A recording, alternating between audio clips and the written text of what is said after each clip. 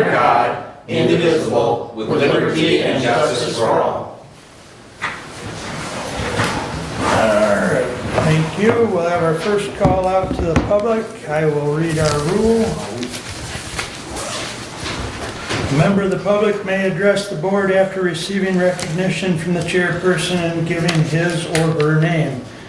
Public comment shall be limited to a period set aside at each meeting for such purpose, and each speaker shall have the floor for no longer than 5 minutes, unless the board grants an extension. Board of Commissioners Rules of Procedures and Bylaws 5.13-3. We also ask you be respectful. With that said, would anyone like to address the board at this time? Joe? Morning. Good morning. Morning. Thank you, Commissioners. I want to talk about something that, it's sad that I even have to say this, shouldn't be county business, but it's becoming county business. And this is what I'm talking about. When there's infighting between your guys' parties in the last year, the Democrats and independents like me, we stood back and we just let you guys, because it was none of our dang business. None of our business. But now it is, because it's affecting individuals in this county with intimidation, I hear of older ladies being intimidated online. I hear about people going on people's private property, put flyers in people's vehicles, inside their vehicles, calling people pedophiles online. And everybody's getting intimidated and threatened. You can't just holler First Amendment rights. Everybody has First Amendment rights. That's fine. Say what you want to say. But when you start threatening people, and I'm not talking mostly just to you guys. I'm talking to the people that are watching right there on YouTube. This county is tired of it. And this fraction that has lost a court case, the rule of law needs to be applied. When I was going out and doing bad things, everybody knows I'm a combat vet and I got PTSD, been in combat 5 times. And then I started self-medicating with illegal drugs. We all know it. What happened? The county held me accountable, made me accept my responsibilities. Rule of law stands in this county. And when the rule of law comes to one side, you can't say, well, it's a conspiracy theory. Because independents and Democrats are not buying it. We sat back and watched the Republicans in this county tear themselves apart because it was none of our business. But when it's affecting us independents and us Democrats that are out there with threats and intimidation, we got guys that are losing elections sitting out in front of older ladies' houses in their vehicles, recording them, here, not even in their township. That's intimidation, that's stalking. Now, I understand the county's position, it's all Republicans, and it's a big deal. If one side that is actually in control of the prosecutor's attorney or here, the other side is going to say it's political. It's a conspiracy theory. If that's the case, then the county needs to reach out and get a special prosecutor and hold these people accountable that is intimidating people, threatening them. And it's kind of funny that they're threatening women. What happens when they threaten somebody with me that suffers from PTSD? That isn't. What happens if someone threatens somebody's grandma? They were going to be screaming because someone got hurt because this has got to stop. Follow the rule of law. You lost. They lost. It's done. Our county needs to get back to normal. And it's not just Republicans. For us independents and us Democrats. We stood and left a blind eye because it wasn't our business. But when it's affecting other citizens in this county, it needs to stop. That's all you say. Thank you, Joe.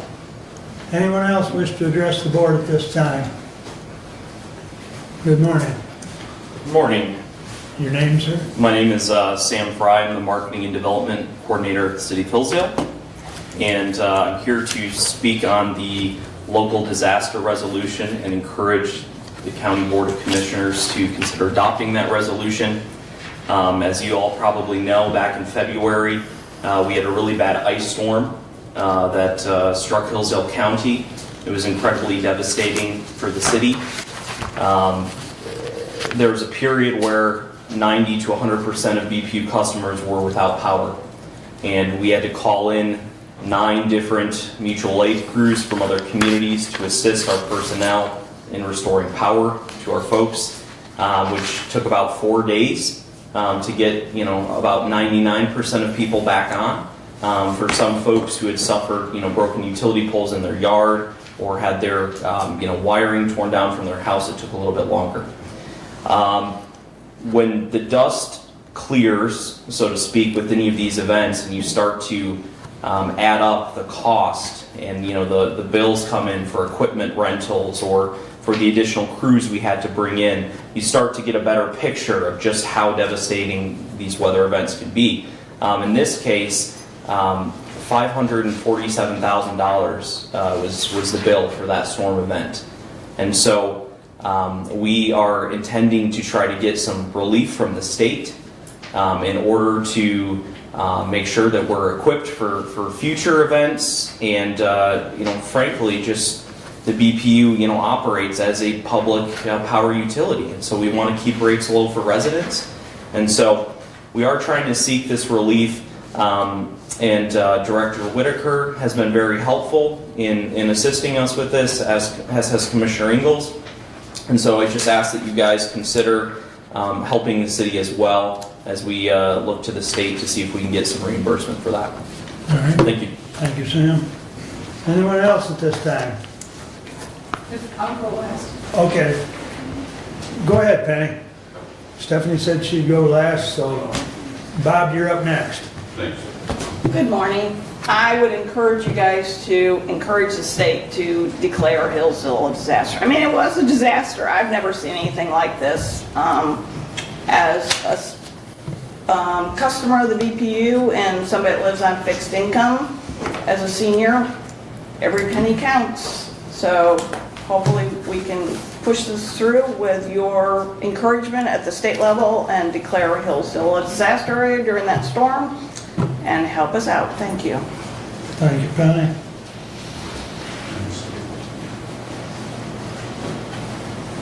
Morning, Bob. Good morning.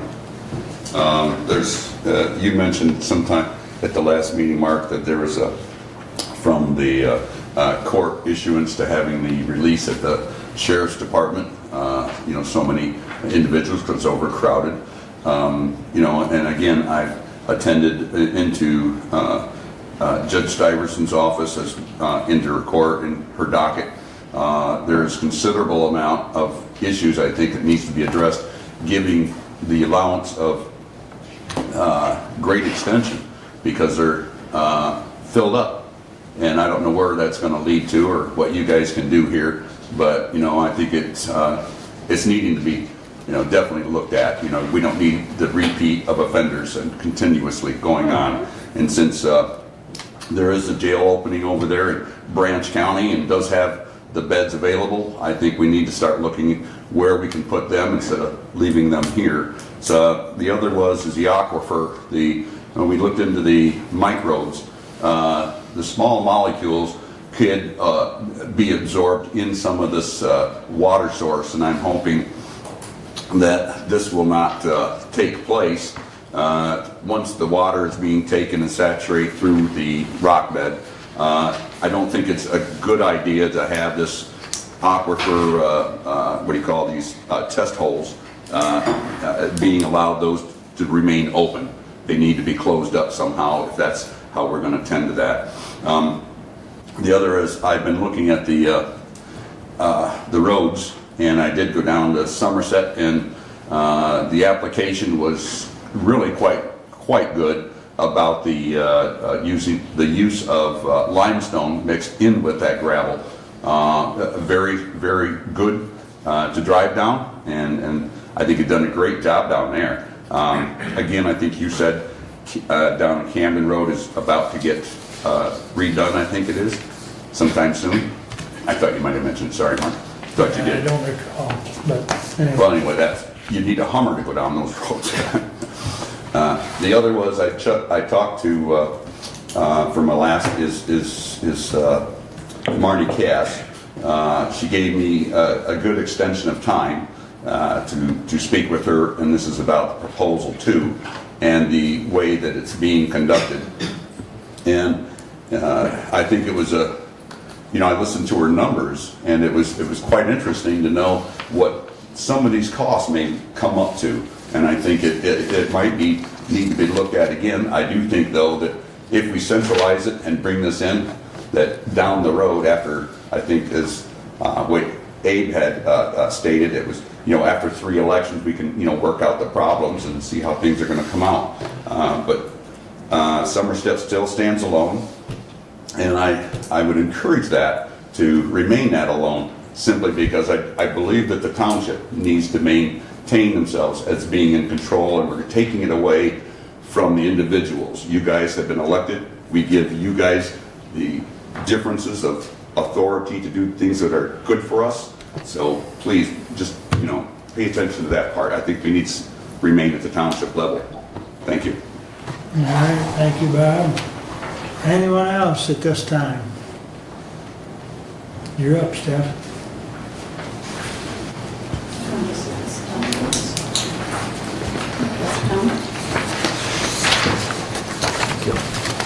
Good morning.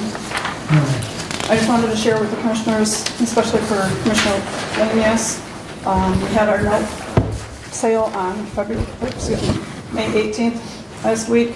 We received 4 bids. 3 of them were local banks. County National Bank was the winning bidder at $2.8 million for 4.93%. The interest spread between the lowest and the highest bid was $39,971.67. And this year's interest rate is 2.6% higher than last year, which is going to cost $65,138.96 more in interest, even though we're borrowing $100,000 less. The note closing will be June 7th, and the local units will get their payments mailed out, or if they come into the office, they can pick them up on June 3rd or 14th of this year. So just wanted to give you a heads up on that. And do you have any questions? Is there any questions? I appreciate the update, Stephanie. Thank you. All right. One last call out. Any other public comment? All right, moving along. I would entertain a motion to approve the consent agenda. Move to approve. Support. Any additions or corrections? I have a question.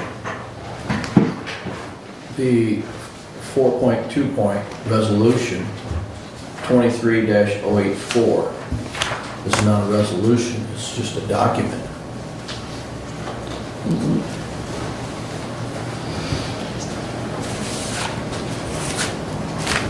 There were 2. I looked at that last night.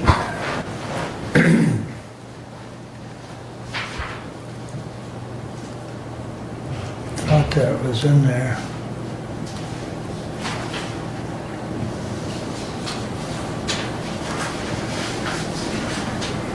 .86 is in here. Did you find it? 4, sir. You gotta click, go back, Commissioner. And Yeah, it's that one right there. I had it up. Yeah, there's the applications. there's the application at the top part. It's a little, Really? Dave, did you have a resolution on that? Because I don't see it as part of the document. I do, Commissioner. Okay. It said there's the documents and then it's Okay, now it before the came up. document. Okay, now it came up. Is everybody finding that? Okay, yeah, it's just the way that they're linked, that's all. That's the supporting document or the actual resolution. Yeah. Okay. Okay, can we pull that out and put that in under discussion? Where would you like it? I'm not sure where that would go then. Well, you would be the, I guess you could put it under me. We can do that. So 23084 will go under your report.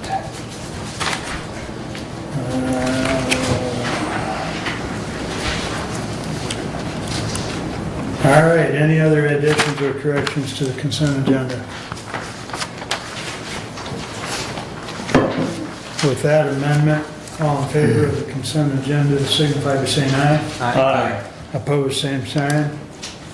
All right, correspondence is listed. Any comments on correspondence at this time?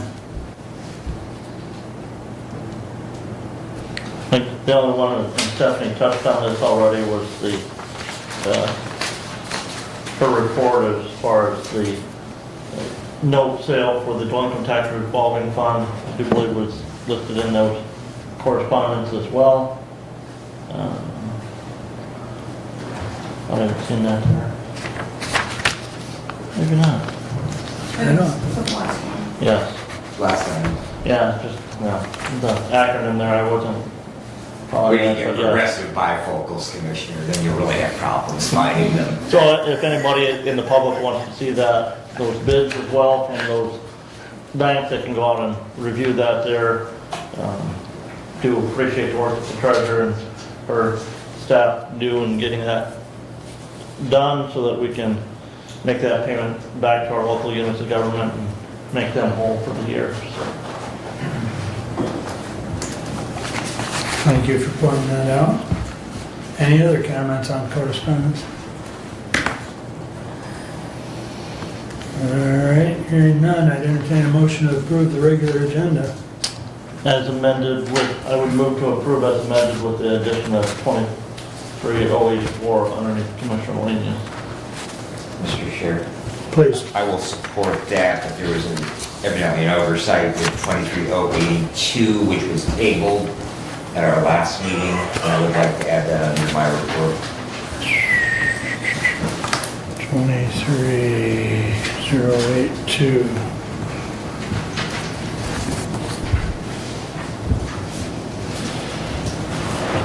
Okay.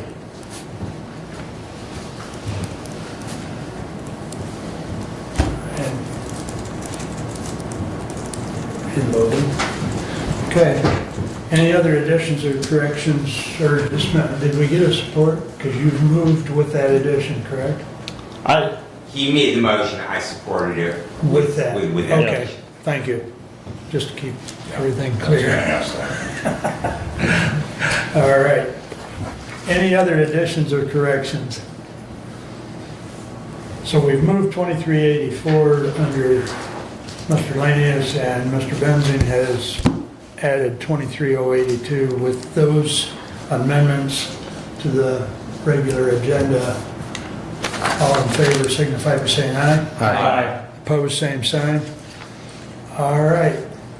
That brings us up to standing order. Good morning, Mary Beth.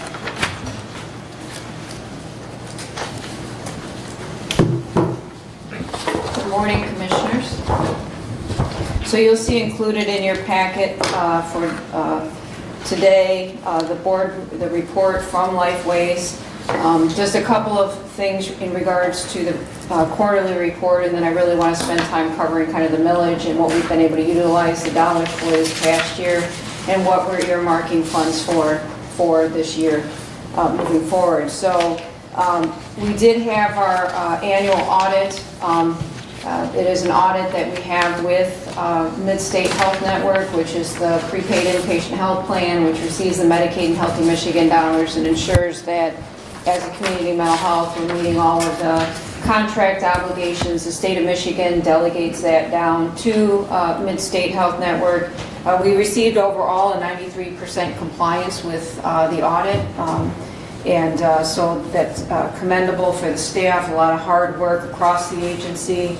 The other thing that I wanted to bring to your attention that I've been advocating for at a statewide level is around the workforce challenges. So I know that many organizations across Michigan, especially in the healthcare and the behavioral health arena, we're in a crisis relative to workforce, and really being able to create and advocate at a statewide level for developing, if you will, a talent pipeline that will allow for individuals to go into this field.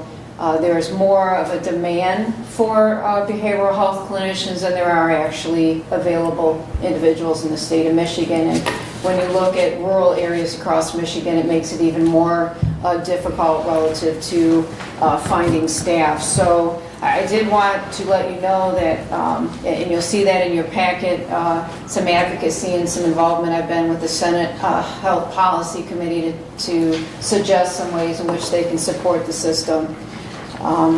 During the last 3 years of the pandemic, we've seen a significant increase in demand relative to behavioral health services, and I do not anticipate that that's going to go away. And so that it is important that we advocate for that. You will also see included in your packet the millage presentation. So I kind of want to go over that. I'm going to cover in the presentation budget to actual for last year, looking at the 2022 outcomes, and then looking at the plan for 2023. When we look at this prior year, and feel free to stop me at any time that you have questions, so let me say that. When we look at this prior year, you'll see that there's a comparison from fiscal year 2021 and this past year relative to the utilization of the millage funds. We did receive a slight increase when you look at the actual revenues from 2021 and 2022. We did spend more funding, more of that revenue on services this past year, and I'm going to cover what those services are. And you'll see in the presentation as well the increase in mental health services that were provided as a result of the millage funds. When we look at actual for carryover for this past year, we have $168,921.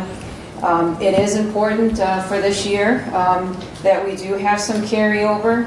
When we look at the ending of the public health emergency that ended here in May, and the fact that they're anticipating a 30% reduction of individuals that currently have Medicaid or Healthy Michigan benefit will not have that. The need to be able to have these local dollars to continue to serve that population is going to be critical. So when we look at the next slide, it breaks it out by the different services that we utilize the funding for. This past year for school mental health services, we did utilize $119,000 of the millage as a cash match for the schools that allowed them to be able to actually draw down $596,000 to provide mental health supports in the schools. You'll see on that page a variety of social workers that we've been able to put out into the school, 6 social workers for 8 local districts and 2 charter schools. A lot of the services are everything from intervention, referral, assessment of students to crisis response at the schools, as well as ongoing therapy for those students. The next slide actually breaks it down, and you can see the numbers broken out by school, so you can see how many students received mental health supports over that year, as well as the number of sessions. Means if you, for example, if you look at Hillsdale schools, 180 students were served and 886 sessions were provided, meaning that it could be anything from counseling, ongoing outpatient therapy for students, referrals, assessments. It's that whole gamut of services. So you'll see the variety that was provided over this past year. We have seen an increase of the number of services provided to students in the schools, and a lot of that can be contributed to us returning back to normal, if you will, after the pandemic and students being back in school in person. Mary Beth, on that, why don't you list the ISD separate? The local ISD district and the students that are... I could break that out. This is just how we report it from the counties given to us. Okay. Would you like to see it differently? Is that what you're asking? Yeah, I'm just wondering how many of those students in a certain district are technically ISD students as opposed to are there because of an ISD program and are... We can do that as a follow-up to this meeting. I can get the information out to the county. So you'll see again that there has been an increase of services for students this past year. Next slide looks at the social enrichment services. So this looks at, as you recall, students who age out of the intermediate school district with intellectual developmental disabilities. When we pursued the millage several years ago, one of the overwhelming things that we heard from the community was the fact that students age out. It's a term that they use, but when they graduate from the ISD, that there is not an opportunity for them in the community around social enrichment and transition learning skills to continue beyond the ISD. And so we have been partnering with Spark, and this past year they've provided over 517 different events, as well as fitness events and for the community, and doing all kinds of things for students to really build those natural supports and keeping that for those with intellectual developmental disabilities. Next slide looks at crisis services. So another key component of the millage funds allows us to be able to provide crisis services for individuals in our community who do not have a mental health insurance coverage, if you will, whether it's Medicaid or private insurance, and we utilize those dollars to be able to respond to individuals in crisis. We provide a wide variety of services. We've provided over 449 services this past year, and it ranges from everything from crisis residential, where individuals can stay up to 2 weeks. It's an alternative to an inpatient placement, as well as we have our crisis call line. We have our mobile services for both children and adults who are dispatched out into the community to provide the supports necessary, whether it's at their home or their group home or if they're at school. And so those, you'll notice that there was a significant increase in the prior year as well. Prior year we provided 125, and this past year we provided 449 services. Next slide looks at the total services provided by year, and you'll see a significant, since the onset of the millage, that we have seen an increase in the first year of the millage, about 450 individuals. In this past year, 3,291 individuals were served as a result of the funding from the millage. Next slide looks at the jail mental health services. For this past year, we were able to provide supports to individuals in the jail. 234 individuals were served, and we provided over 1,300 services. And again, it's a variety. It can be crisis response to support law enforcement. They have somebody who's in a mental health crisis, ongoing counseling, connecting them with psychiatry, telepsychiatry. So a variety of services provided as a result of supports for our local jail. Next slide looks at the crisis intervention training. So what is important to note is one of the things that we are putting into play in our local sheriff's office here is part of the coalition is the crisis intervention training. So this is a program, it's a training module that it's a week-long training that provides mental health education to law enforcement and first responders around how to address individuals in the community who are experiencing mental health crisis. We want to do everything we can to provide the training and support necessary so it keeps law enforcement safe, keeps communities safe, keeps the individual safe. This past year, due to some of the constraints of the time commitment, we only had one individual from Hillsdale be able to participate in last year's training, but this year we are anticipating some additional Hillsdale staff as part of that training. And what's important about that is in Jackson, we've been able to develop a co-response model. It's something we want to be able to do here, but we have to have more officers trained, is where there is an individual in the community. It could be somebody law enforcement knows who receives services at Lifeways. It could be a known individual, and we could co-respond to the community. And so we're excited about that. That is best practice, and it has been. We've been doing that in Jackson, and and it's very well received by both law enforcement and the community. So we look forward to getting to that point here in Hillsdale. And then the last service that I wanted to talk about was the mental health transport. So this past year, we've had some barriers for a couple of years relative to transporting individuals with a mental health crisis who are in our ED, who need inpatient placement, but are not going to be served at our local hospital here, and we need to transport them to another facility in Michigan. It's been a barrier relative to transportation. We've been able to work out an arrangement with the health system, with Hillsdale Hospital to transport, and that's been working out well. I do know that we've been having some discussions, but at this point in time, it is cost prohibitive relative to the proposals that are out there from Reading Ambulance in regards to purchasing. Initially, it was purchasing an ambulance, and then it was looking at wheelchair accessible vans.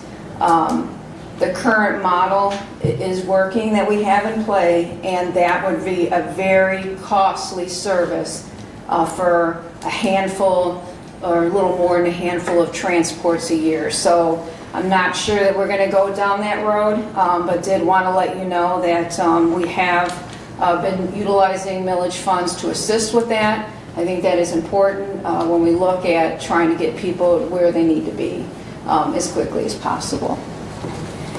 Next slide looks at the budget for this next year. One of the things that I talked about was the fact that having some carryover from this year is going to be critical because the public health emergency ending is predicting that we're going to have about a 30% reduction in being able of those with insurance coverage that have been covered under the public health emergency.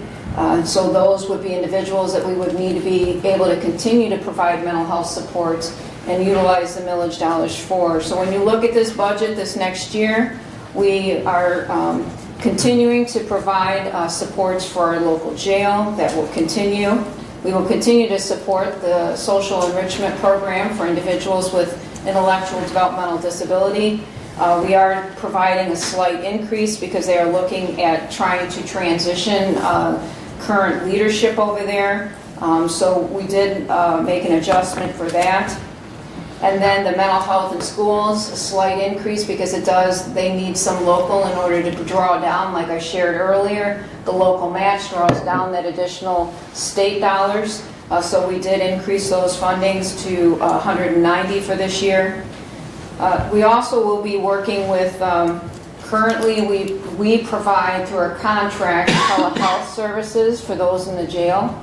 This next year, in order to support a partnership with Hillsdale Hospital, they will be providing that psychiatry services in the jail in person. So you'll see 41,000 earmarked for that. When we look at the facility, so there is some funds here earmarked for assessment of the Hillsdale facility needs. It is something that Lifeway's board is evaluating.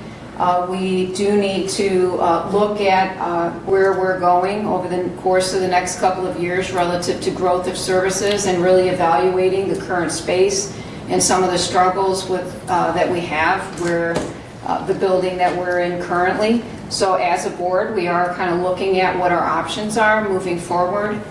Do know that that Hillsdale, that building, just some background,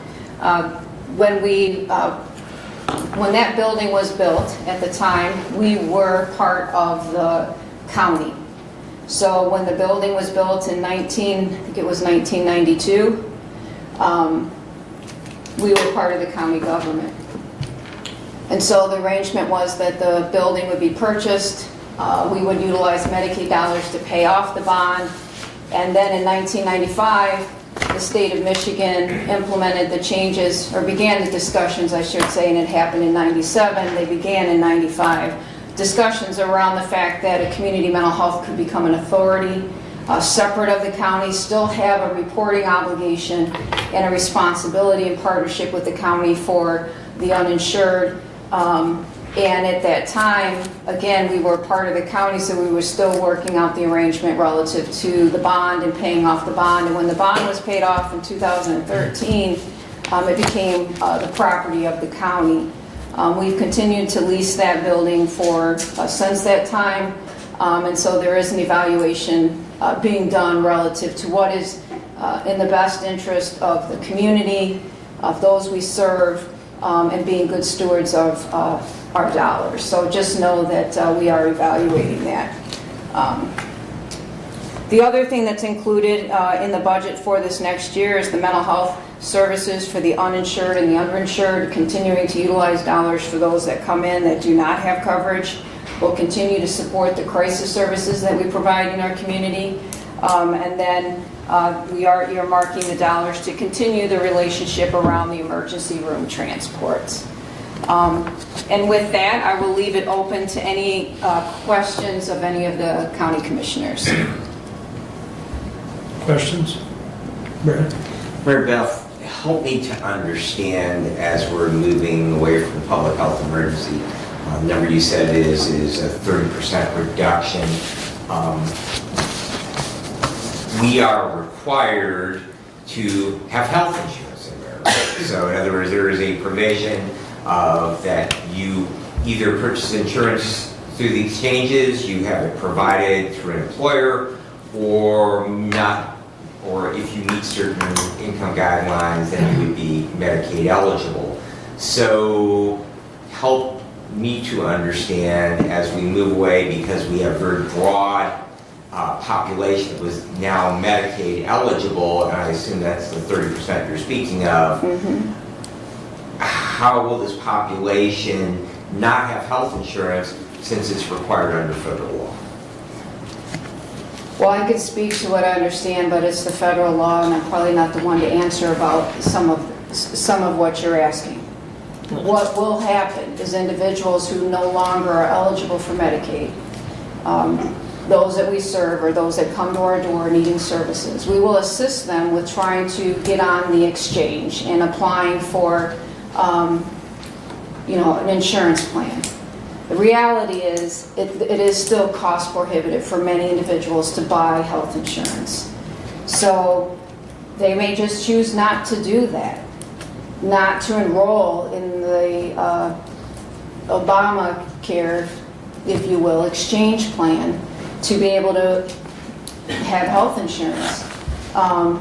That is on them relative to how they process their taxes, and you have to demonstrate that you have health coverage. I really don't know from a tax perspective what happens with individuals when they do that. That's not something that I see on my end, but I do know that that was part of the process for individuals to be able to demonstrate you have health insurance. If I can, Mary Beth, part of this is because of the ending of the public health emergency. Right. During the time of that public health emergency, those individuals who qualified for Medicaid were not subject to a requalification annually of those Medicaid services and care. And so now they're having to go through and requalify. And if you were qualified for Medicaid and didn't have to requalify in the last 2 years, now this is a process you've got to go back through again. In that requalification, they may be deemed ineligible for Medicaid because of income or Other assets. asset limitations, which then would kick them off of Medicaid, and if they don't act within 60 days of that to then sign up for a individual health care plan, they wouldn't be eligible until the next open enrollment period, which does not begin until November 1st.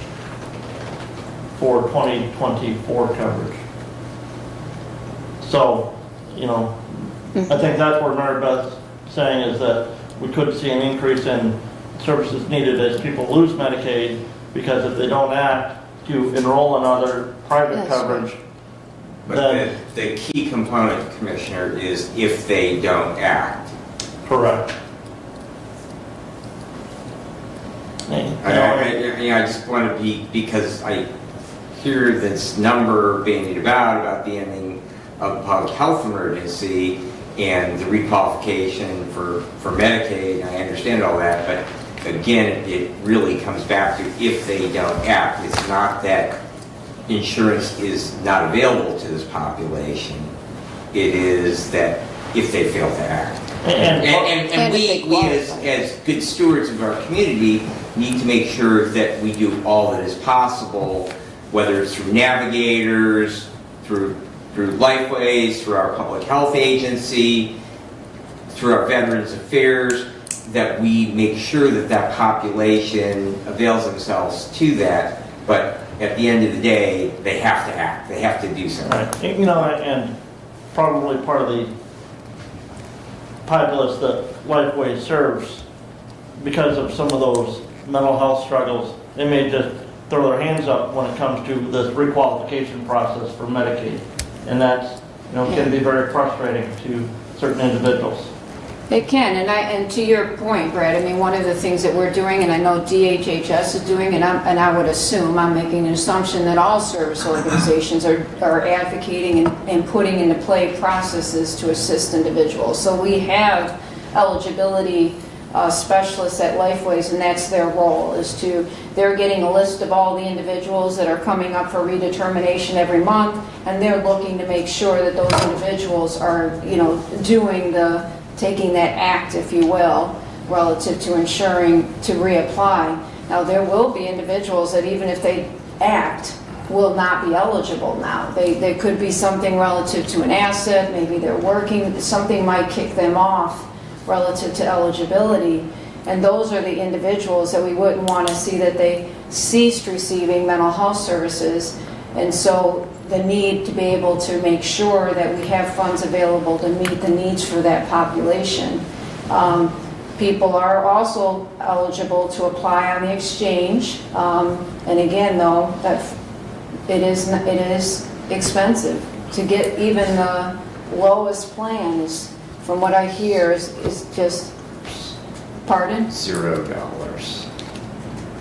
Well, Having previously purchased health insurance to the exchanges, that it is, there is no reason that, and understandably that there are, you know, deductibles and other components to it and the broadness of the coverage, but there is no reason for any person in America to not have health insurance. Okay. Any other questions for Mary Beth?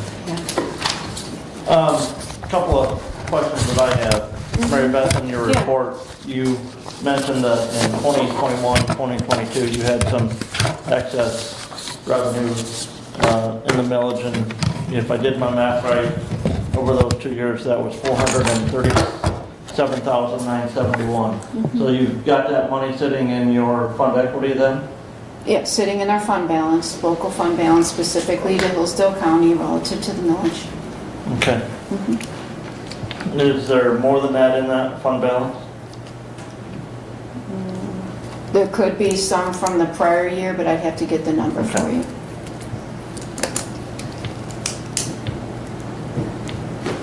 Doug? Regarding the space needs in your facility on Care Drive and possible options, I'm wondering if you have a timing for the evaluations that you're doing and, what kind of space you're looking for, what are some of the potentials in providing space for Lifeways and taking care of the community and the service as well. So one of the things that we've been working with an architect, the board gave us approval to proceed in that route to really evaluate program needs moving forward.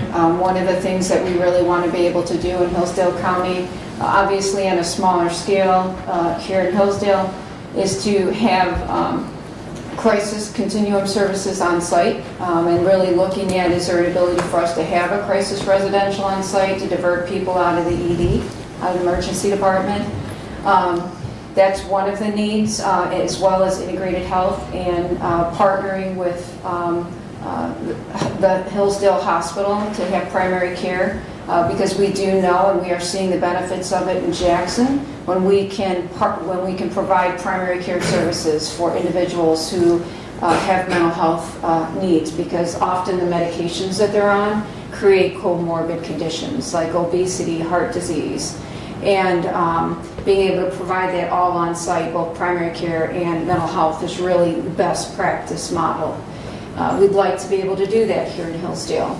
And an evaluation of the current building space, that top floor that we're on is not adequate.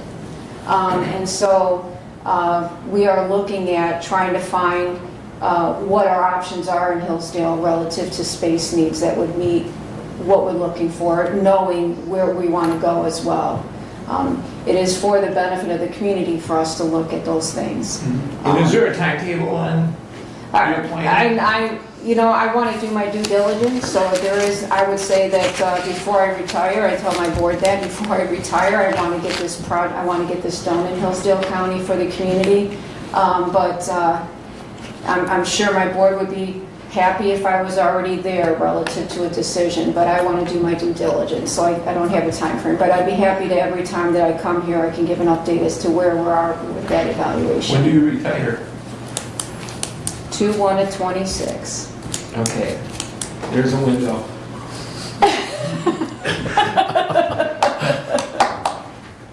I will add that Mary Beth and I have met on more than one occasion on this, and we've discussed not only the location on Care Drive, but some other possibilities. So it's an ongoing discussion, and it's all, working with Jason, the architect, it's what we can do that's most cost effective. Thank you. So Thank you. I don't think anything is off the table as far as options right now. It's, everything's still very fluid. Okay. Any other questions?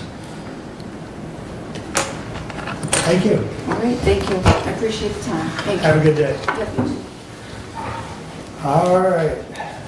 Mr. Brad, you're up. All right. I would move that we remove from the table 23082. I will support that. I would like you, for the record, to reread that. I will read it. I- Do we want to vote on removing it from the table, and then I will reread it? That'd be a good idea.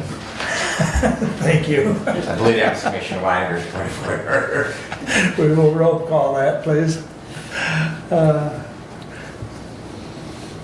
Commissioner Lanius? Is this to take it off the table? Correct. Is that a yes? Yes.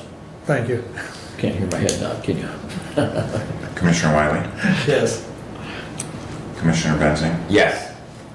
Commissioner Leininger? Yes. Commissioner Ingalls? Yes. Passes 5-0. Please continue. Thank you. 23082 to the Honorable Board of Commissioners, whereas the Hillsdale County Community Corrections Advisory Board, HCCCAB, met on April 26, 2023, and approved the HCCCAB 2024 fiscal year for submission to the Michigan Department of Correction, MDOC, Office of Community Corrections. Now therefore be it resolved that the Hillsdale County Board of Commissioners approves the submission of the HCCCAB 2024 fiscal year grant application to the MDOC Office of Community Corrections, a copy of which is attached to the resolution. I would have to move for adoption. Support. If I point of order, Go ahead. it was moved and supported at the last Yes, so motion. There's That no, is correct. so the Doesn't need to clerk would be, have to correct. yep, There's no need to, re-support it, it is, but we reread it. if I may continue, Commissioner. Yes, you may. So I have asked Judge Lisney to be with us today. Judge, thank you very much for your time. And so I know that there were some questions on the resolution at our last meeting, and so she has made herself available today to answer those questions full as you would ask. Good morning. Morning, yeah. Happy to be here with you. Questions good, for the good morning. judge? Good morning, Judge. Good morning. Feels like we just saw each other. Yes, the judge and I had a chance to sit last evening and talk through this grant application. Judge, I thought of something after I left your office, and I've asked the finance director to look some things up. He's hasn't been able to find anything yet. And so I'm not going to be in support of the motion today because I need some other answers. And one of the things we talked about last night was you're not sure, fitting everything into the budget. If you go employee or contract, one of the concerns that I came up after I left your office came to mind is a concern I have over work comp potential issues with this position. We have been self-funded in our work comp for many years here at the county. Our cost obligation, if we have an employee injured underneath that work comp, is the first, for non-sheriff department deputies, is at least $500,000. That's a direct cost to the county for any major injury sustained by an employee to the county. We have to pay that before our work comp coverage kicks in and pays anything above that. And again, this is just something that came to my mind last night. And so if this is approved, I would encourage you to go that third-party contract route for this potential probation officer. But I do appreciate the judge taking the time to sit down and discuss those other concerns that I had regarding the grant application. Sure. And I'll just say, as far as the analysis between whether to make a person a contract employee or I guess a contractor or an employee is how I should say it. It depends on the job description because we don't want to run into an issue where we're not properly taking taxes from somebody, and that has come up actually with several of our other grant paid people. We've been able to have some actually be contract and some be employees, and there's been that analysis has really driven the conversation more than anything else, just to make sure that we are following the rules as far as, are they expected to be at work at a certain time and leave at a certain time? Are they at their desk? Or that's an employee as opposed to somebody that's given a task and then told to complete it. So certainly that would be the analysis that we would do in any situation. Going the contract route saves us some of the issues with the fringes. We don't have those expenses. I wrote the grant as employee because to me that was the most expensive way that it could possibly be. In our conversation yesterday, if I can I know Commissioner Leininger was a little bit concerned that I had not perhaps allocated enough money for the position given the salary study that is ongoing, the wage and salary study. I guess I don't have the results of the salary study yet. I used figures that would be in keeping with our people that we have in similar positions with a little wiggle room added. But what I explained was the way this statute is written, it gives you say at every step of the process. So you had to authorize me to even begin the process. And then you had to appoint the advisory board. And now the advisory board had to approve, which they did. Now you have to approve the filing of the application. If we get the grant, if they are so kind as to give us some money, you then approve it at that point as well. The likelihood that I am going to get exactly what I've asked for, I would say in my experience with grants, is slim to none. They are going to take a look at it, they are going to do their own analysis with it, and they're going to give me a number. They're going to give me hopefully something close to what I've asked for, but it's going to be what they do. It will then be my job to make a budget out of what they have given me. I will certainly, and we've talked about this, I assured Commissioner Leininger that I will follow whatever the salary study is so that this new position would be in keeping with whatever we have. And if possible, to make it a contract position as opposed to an employee for workers' comp reasons, for all kinds of reasons. And then you would approve that budget. That's another piece to this process. You have that say at the end. But to move this forward, to be able to get this funding, I need your approval today. And so that's what I'm asking for. Yes, and the other thing in regards to that we talked about was the space issue as well. Whether they're an employee or a contractor for the county, one of the things the judge and I talked about is this a position that needs to actually be housed in a county office? If what they're doing is pretrial services, working with those individuals who are accused of crimes or charged with crimes, if they could actually do a lot of their work remotely and still provide the services. And it was a great discussion that we had yesterday, because I hadn't gotten to that place. I think as I was thinking this position through, this part of community corrections, we're asking for pretrial services. That's the only part that they would let us go for at this stage, because we just had such limited time. Later, we'll be looking for perhaps some other ones, but what we're talking about today are pretrial services. This is people who have been arrested and have to be arraigned, and bond decisions have to be made about what we're going to do. And the point of this position is to provide the judges who are setting bonds at arraignment with the most information possible on how best to supervise these people while they are pending adjudication, while that process is happening. And so that person will be at the jail for a good portion of their time, because they're going to have to talk to inmates. The rest of the time, they just need to be able to email the judges a report on everybody we will be able to monitor the work that's being done, because we're going to get the information we're requesting or not. So it seems like a pretty good position that could be done remotely, with the appropriate, remote equipment. So I think that's a way to perhaps save some space with this position. Any other questions or comments?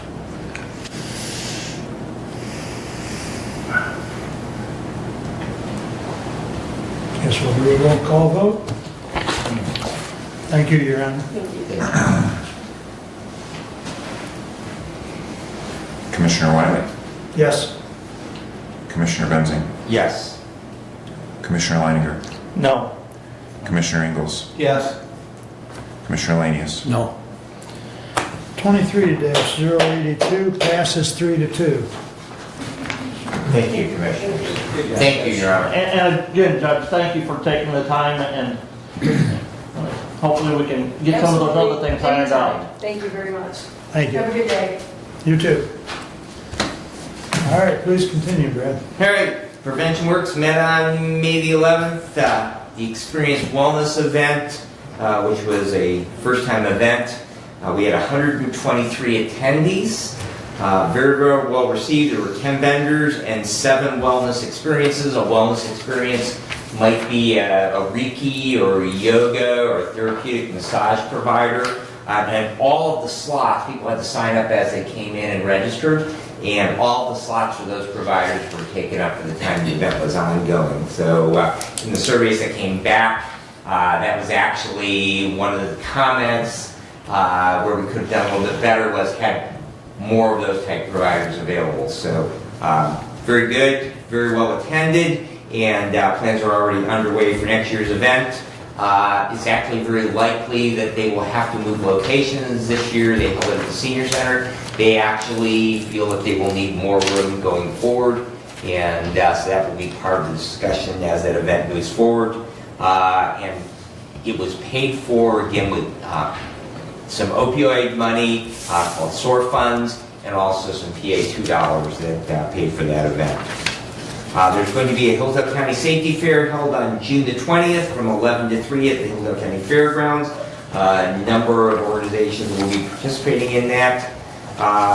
There were 44 annual tobacco checks. That is where that they get an 18-year-old, they have to be an adult, to go out and attempt to buy tobacco products, it be vaping products, cigarettes, chewing tobacco, any of those kind of products.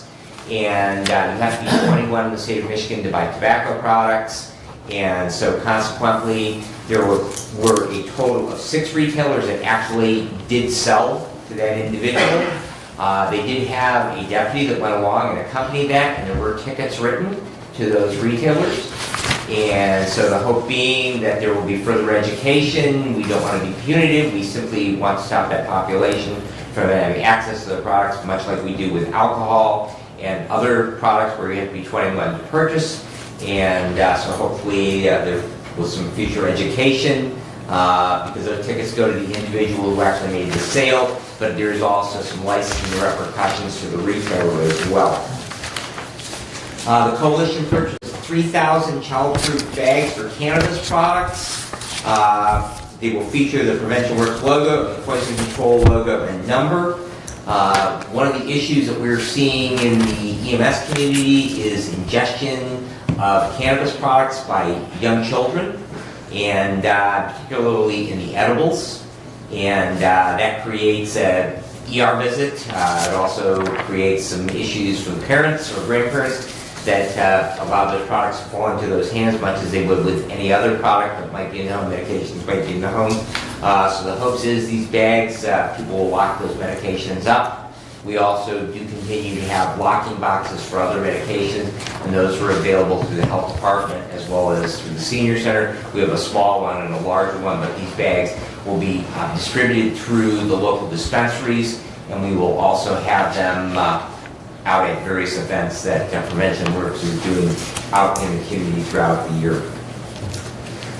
I intended a presentation put together by Community Action Agency and given by the Balance of State Continuum Care. They are the agency that deals with federal legislation called the HEART Act, which is to deal with the homeless population in communities throughout America.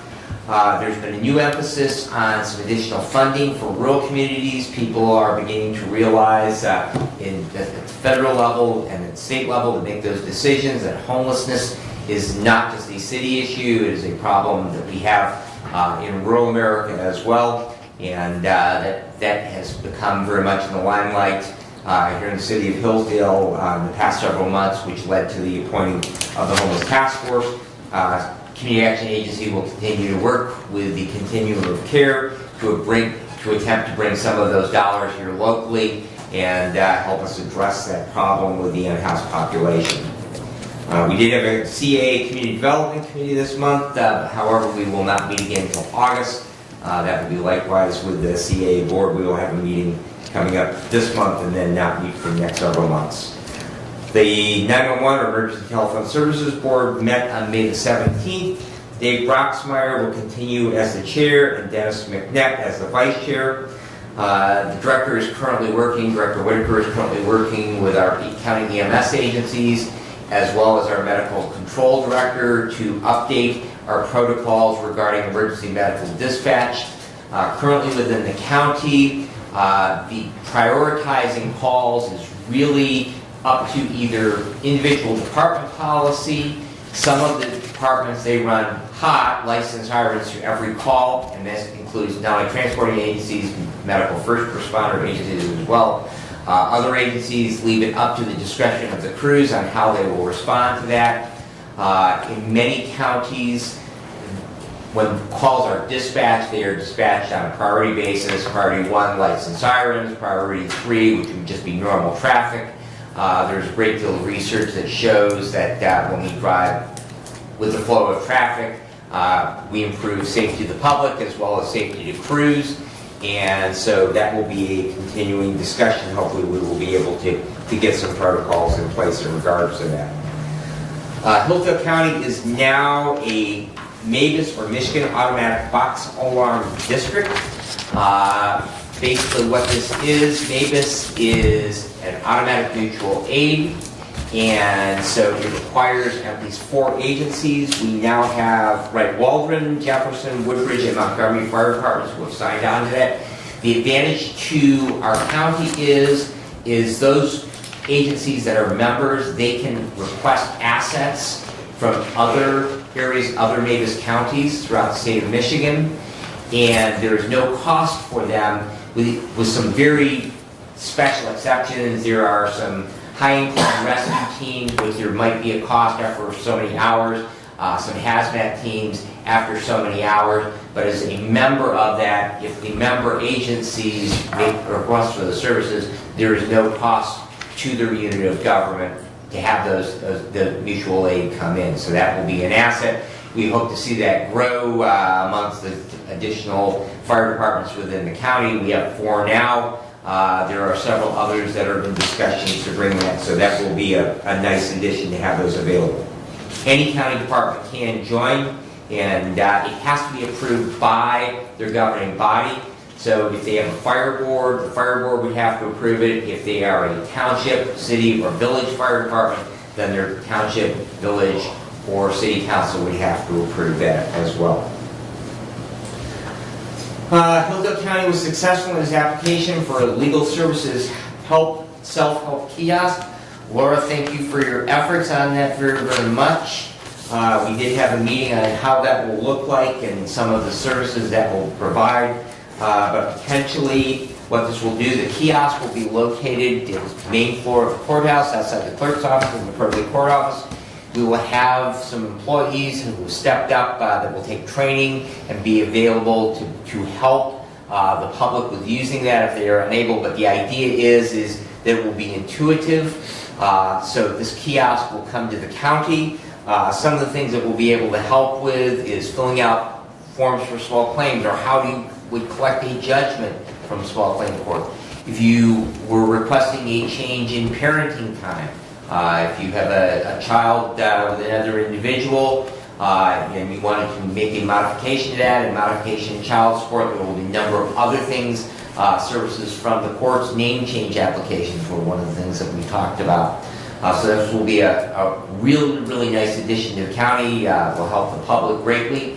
And Laura, I don't know if you want to add anything to that or not, but we'd be delighted since you were so instrumental in seeing that happened. Goodness. Thank you. Just to update everybody, we're waiting for the funds to be deposited. This is basically a lump sum grant, and it's meant for a year, and there would be quarterly reporting. I have spoken with the IT department about the particular items we'll be purchasing. As soon as we have the funds, I'll be doing the equipment purchases, and I have a meeting this coming Thursday about training for our staff. So I don't want to take up anybody's time, but I'll answer any questions. You just mentioned 1 year. Yes. What happens after 1 year? Well, I mean, we would have the equipment, like the computer and everything we've purchased, but in terms of, we would probably be seeking additional funding for things like toner and paper, and I would certainly work to do that. So. Okay, thank you. Thank you, Laura. Commissioner Wiley and myself, along with Director Whitaker, have a meeting with Senator Bellino on June the 5th to discuss hopefully encouraging some funding to improve our emergency communication system within the county. We are going to be targeting on infrastructure.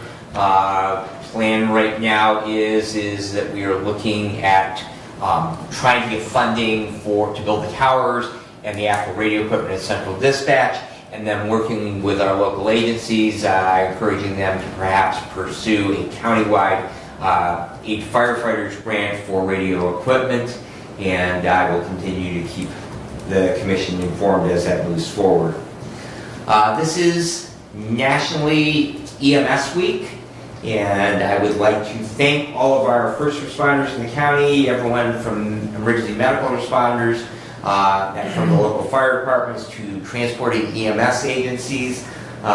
This is a time to recognize them for their service to the community, either as paid on call or part-time or full-time regular employees. Their service is greatly appreciated, and if you know one of those individuals this week as well as any time through the year, that recognition is greatly appreciated. And the last item I have is that I will need to be out of here by 11:45. Commissioner Ingalls, you might be a little bit ahead of me, but I do have the first quarterly meeting of our Hillsdale County Child Death Review Team, which our county medical examiner had requested that I join that team. I've now undergone the training on that, and so this will be the first session of that I attend. They meet at noon today. So. And that concludes my report, unless there are questions. Questions or comments? All right. Doug, you have the floor, sir. Thank you. I'll begin with my action item, Resolution 23087, May 23, 2023. A resolution calling upon the Hillsdale County Board of Commissioners to declare a state of local disaster due to the February 22nd, 2023 winter storm event. Whereas the city of Hillsdale, Michigan was incorporated in 1869 and is the largest city and county seat of Hillsdale County with a population of 8,036. And whereas the city of Hillsdale's municipally owned utility, the Hillsdale Board of Public Utilities, presently serves more than 6,000 residents in central Hillsdale County with reliable electric power and nearly 4,000 homes and businesses within the city limits with quality electric, water, and wastewater services. And whereas on February 22nd, 2023, a major winter storm impacted southeast Michigan during the daytime and evening hours, and Hillsdale County saw a mix of snow, sleet, and freezing rain, which caused widespread ice accumulations of 1/4 to 1/2 inch. And whereas the impacts from the icing caused extensive damage to the BPU's electric distribution system, including the complete failure of both transmission lines bringing power into the city of Hillsdale, which caused a power outage for 100% of BPU's electric customers until the transmission lines could be repaired. And whereas the widespread nature of the damage required the BPU to request mutual aid from fellow public power utilities, bringing in 9 outside crews to supplement the BPU's personnel alongside the City of Hillsdale's Department of Public Services, Hillsdale City Police Department, Hillsdale City Fire Department, and Hillsdale Township Fire Department to assist in recovery efforts. And whereas it took BPU's crews and mutual aid partners 4 days to restore power to 99% of the electric customers, and whereas February 22nd, 2023 winter storm was determined to be the most devastating severe weather event in the BPU's 130-year history, based on cost estimates of nearly $500,000 in damages and expenses directly related to the winter storm. And whereas winter storm cleanup and recovery operations remain ongoing, including the removal of more than 3,143 cubic yards of brush and fallen tree limbs, an amount which is expected to increase as the city's DPS crews continue cleanup efforts over the coming weeks. And now, therefore, be it resolved that the Hillsdale County Board of Commissioners hereby declares a state of local disaster has existed in the city of Hillsdale since February 22nd, 2023 winter storm, and the Hillsdale County Board of Commissioners so adopts this resolution, with a copy to be transmitted to Governor Gretchen Whitmer, State Senator Joe Bellino, and State Representative Andrew Fink. And I so move. Support. Discussion, briefly, just to answer some questions and give just a little bit of background. City Manager Dave Mackey has asked me over the course of several months, several times, for help in navigating towards relief. The resolutions that BPU has passed, City of Hillsdale has passed, and the county proposed are the same in how they are written, so that they are consistent when submitting to the state. These resolutions may help in the decision process to accomplish the end of receiving relief for the city of Hillsdale. I am naturally providing constituent services in my efforts to assist, and just as any commissioner would or should do. In discussions with Thomas Whitaker, I have received much communication and information from Thomas. He has assisted greatly with this process. He has currently uploaded to the MI Sims site for the state the request for the governor's disaster declaration, along with a copy of the BPU and city resolutions. Once approved, once our resolution is approved, there is some additional information that will need to be answered and documents forward with proper signatures. And so this process is quite involved. This resolution will be part of assisting in answering questions that the state may have, and hopefully we can get relief for this emergency that occurred. So, any further questions I'm happy to answer. Brad, go ahead. So, thank you. And this may be something that Sam might be able to answer. in this, I'm curious because Hillsdale Township Fire Department is listed in that they would be reimbursed for the response, because I believe in the coverage area of the Board of Public Utilities, I know in my area, their lines reach to Squawfield Road, which would not only be the Hillsdale Township's coverage area, but would be Reading Fire Department's area. I also know that Jefferson Township, because their lines follow along the lines of the old railroad bed and end in Pittsford, Commissioner Weiner, I think that your district is actually not in the BPU coverage area, because I believe that half of Pittsford, the portion in Jefferson Township, is in the BPU, and I believe that the portion in your district is in Consumers Energy. However, I do know from a question previously asked by the North Adams Fire Department in regards to response that the North Adams Fire Department is in that response area. So my question is that if Hillsdale Township Fire Department is included in this, that those other fire departments that might be within the service area of the Board of Public Utilities, who might have expended crew time, fuel expenses, etc., at least if nothing more, that they be recognized as responding to this because it is part of their service area.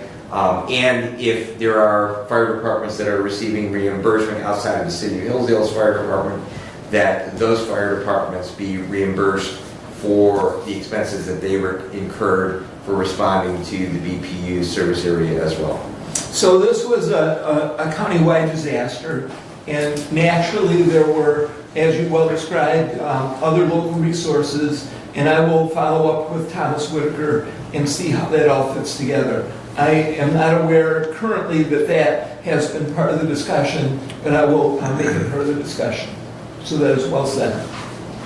So Commissioner, I went back and I listened to Director Whitaker at our February 28th Board of Commissioner meeting, and that starts about 2 hours into that recording. And I've had some conversation with him about this, and in listening to that, it sounded like at that point in time that stated that we had declared a state of emergency for Hillsdale County, and the state had not recognized it. And that was in a statement made by Director Whitaker in that recording. And in talking with him, he said the state requires that a request for a state emergency be submitted within 72 hours of the state of emergency. We are 3 months from this event happening. What's the point now? So the point is this. During that emergency, as we've heard and as the resolution states, there was a portion of time when it was 100% down. There were all hands on deck. It was an emergency at that time. The 3-day window, we are well beyond, absolutely.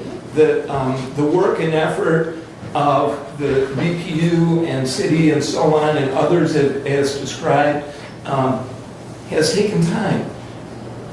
It's unfortunate that we're 3 months after. However, it is the state's decision to approve or deny. And this is facilitating the process to get the request to the state. And while it's after the fact, it is still something that doesn't hurt to ask. But we're just asking for the city of Hillsdale. I've got the village of Waldron, Wright Township, Pittsford Township, Wheatland Township, Somerset Township, that all sustained financial loss and damage as a result of the ice storm. And this doesn't do anything about that. And again, Director Whitaker indicated on February 28th that the state was not going to declare a local state of emergency. So as far as the other departments, in the process that I've gone through with this particular request, there is a lot of information that the city has had to provide in order to get to the place where the request is actually made. Other departments, other jurisdictions, if they would like to be included in this request, I'm sure we can include them. They will need to fulfill the information in the applications as well. Other than the resolution strictly states the city of Hillsdale. At this time, that's correct. We don't have that other information yet. If those other jurisdictions want to be included, then we can move forward as we need to. Brett, go ahead. Thank you, Commissioner. Commissioner Leiner, having been involved with declarations in the past, there is a threshold that has to be reached. And so consequently, we've had previous ice storms in the past and widespread power outages. The last time that a declaration was forwarded on to the state was the city of Litchfield. And the problem that comes to the local departments is the dollars. I believe the dollar threshold is $75,000. And most of the local departments did not expend that amount.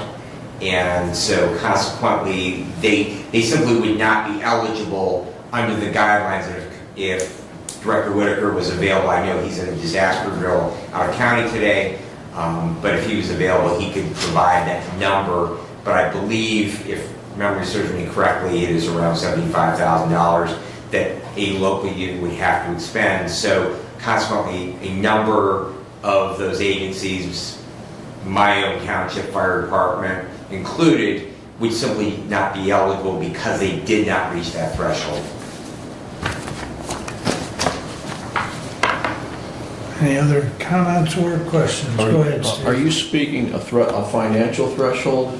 Of expenditure, yes. Of expenditures, like for a township? Right. They would have to reach a threshold of money spent for the storm to qualify Correct. for an emergency service? Yes, so same, well, not, also for their streets department or public services department.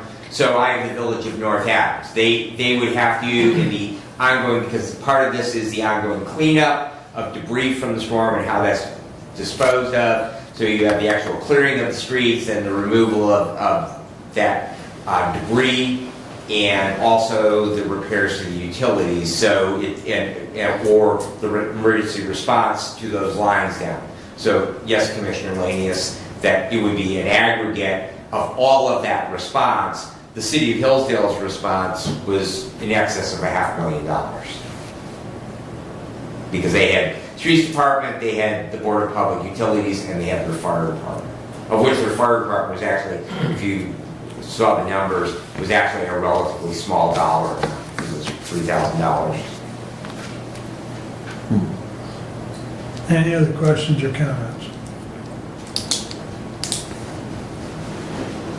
Go ahead. So by supporting this, we're just acknowledging what the Board of BPU has already done and the City of Hillsdale has already done.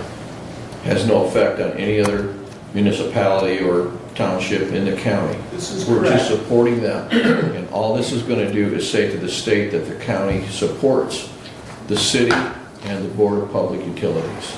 Yes. And then the state will then decide yay or nay. With all the information that gets submitted, this is part of that package. Okay. Correct. Okay. And the so- state decides, not us. Okay, so then if the townships wanted to file the same resolution, would they be individually filing as an individual township? Or would they come back as a group to the county and request that the county? Well, the local Make that units of right. government are all separate and independent. Right, So, within the county? yes. So individually they would, and it could be an aggregate combined request, but individually it would need to come from those bodies. So Right. I think another piece of this, though, is whether or not, once this goes up to, assuming it passed, once it goes up to the state through emergency management, the question's going to be, and I haven't asked Tom this specifically, but are we submitting this as a countywide declaration or a declaration for the city? And if it's submitted as a countywide declaration and granted as such, then the lower units wouldn't have to necessarily submit separately. but they would have to meet the threshold that Mr. Benzing has referred to. Does that sound And there's an application that would need to fulfill all of the. correct? Correct. Right. So then the determination on funding would have to be resolved. That's up to the state. That's up to the state, and it's, the first hurdle is going to be whether or not the state approves the declaration. Exactly. So I mean, the funding component's kind of secondary. I mean, it's important, but it's kind of secondary because without the approval of the declaration, it's kind of mute. Yeah, if you don't get any money, you don't have to worry about disbursement. Any other comments or discussion? Roll call, please. Commissioner Benzing, Yes. Commissioner Leininger, No. Commissioner Ingles, Yes. Commissioner Lanius, Yes. Commissioner Wiley. Yes. 23-087 passes by roll call 4-1. Please continue, Doug. Thank you. Hillsdale Township met. One interesting bit of information that came out of that meeting was that they would consider a 50-50 split with their portion of road work in Lewis Everett Park. This is really the first time they've indicated that they would, seek a partnership, and so this could evolve into getting some good road work done. Currently, the split is 50-50 with the road commission, supporting 50%, and Hillsdale Township would partner on their portion. I found that to be very interesting. The EDP meeting was canceled due to a lack of quorum. However, the executive director's report was quite extensive, and if there are questions, I can try and answer some of those through reports from the activities of the director and certain roundtable discussion of members that were present. The parks met, and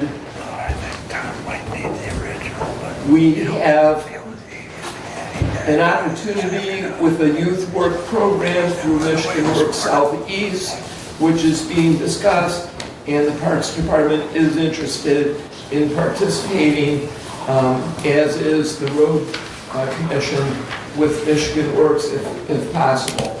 There was discussion on the Cali Park, and I will have more information about that in just a few minutes.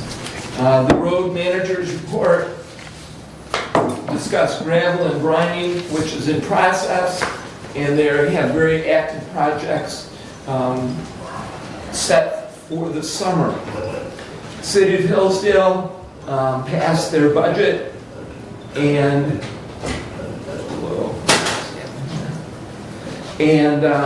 they have a 2% increase in their budget, which is less than the rate of inflation. They have an 80% level of funding for their pension, and overall it was a very solid budget, accomplishing many of their stated goals, and that was passed. Public hearing on camping ordinance, much discussion, much participation from the audience, many comments. As it was decided by council, that motion was sent to public safety for amendment to make it a civil rather than a criminal infraction. Our facilities department work is progressing on the main courthouse. Currently, they are shaving the block to repurpose the existing stone. And so they're finding that once they actually mill off a portion of those blocks, the block is very good once they get that first layer of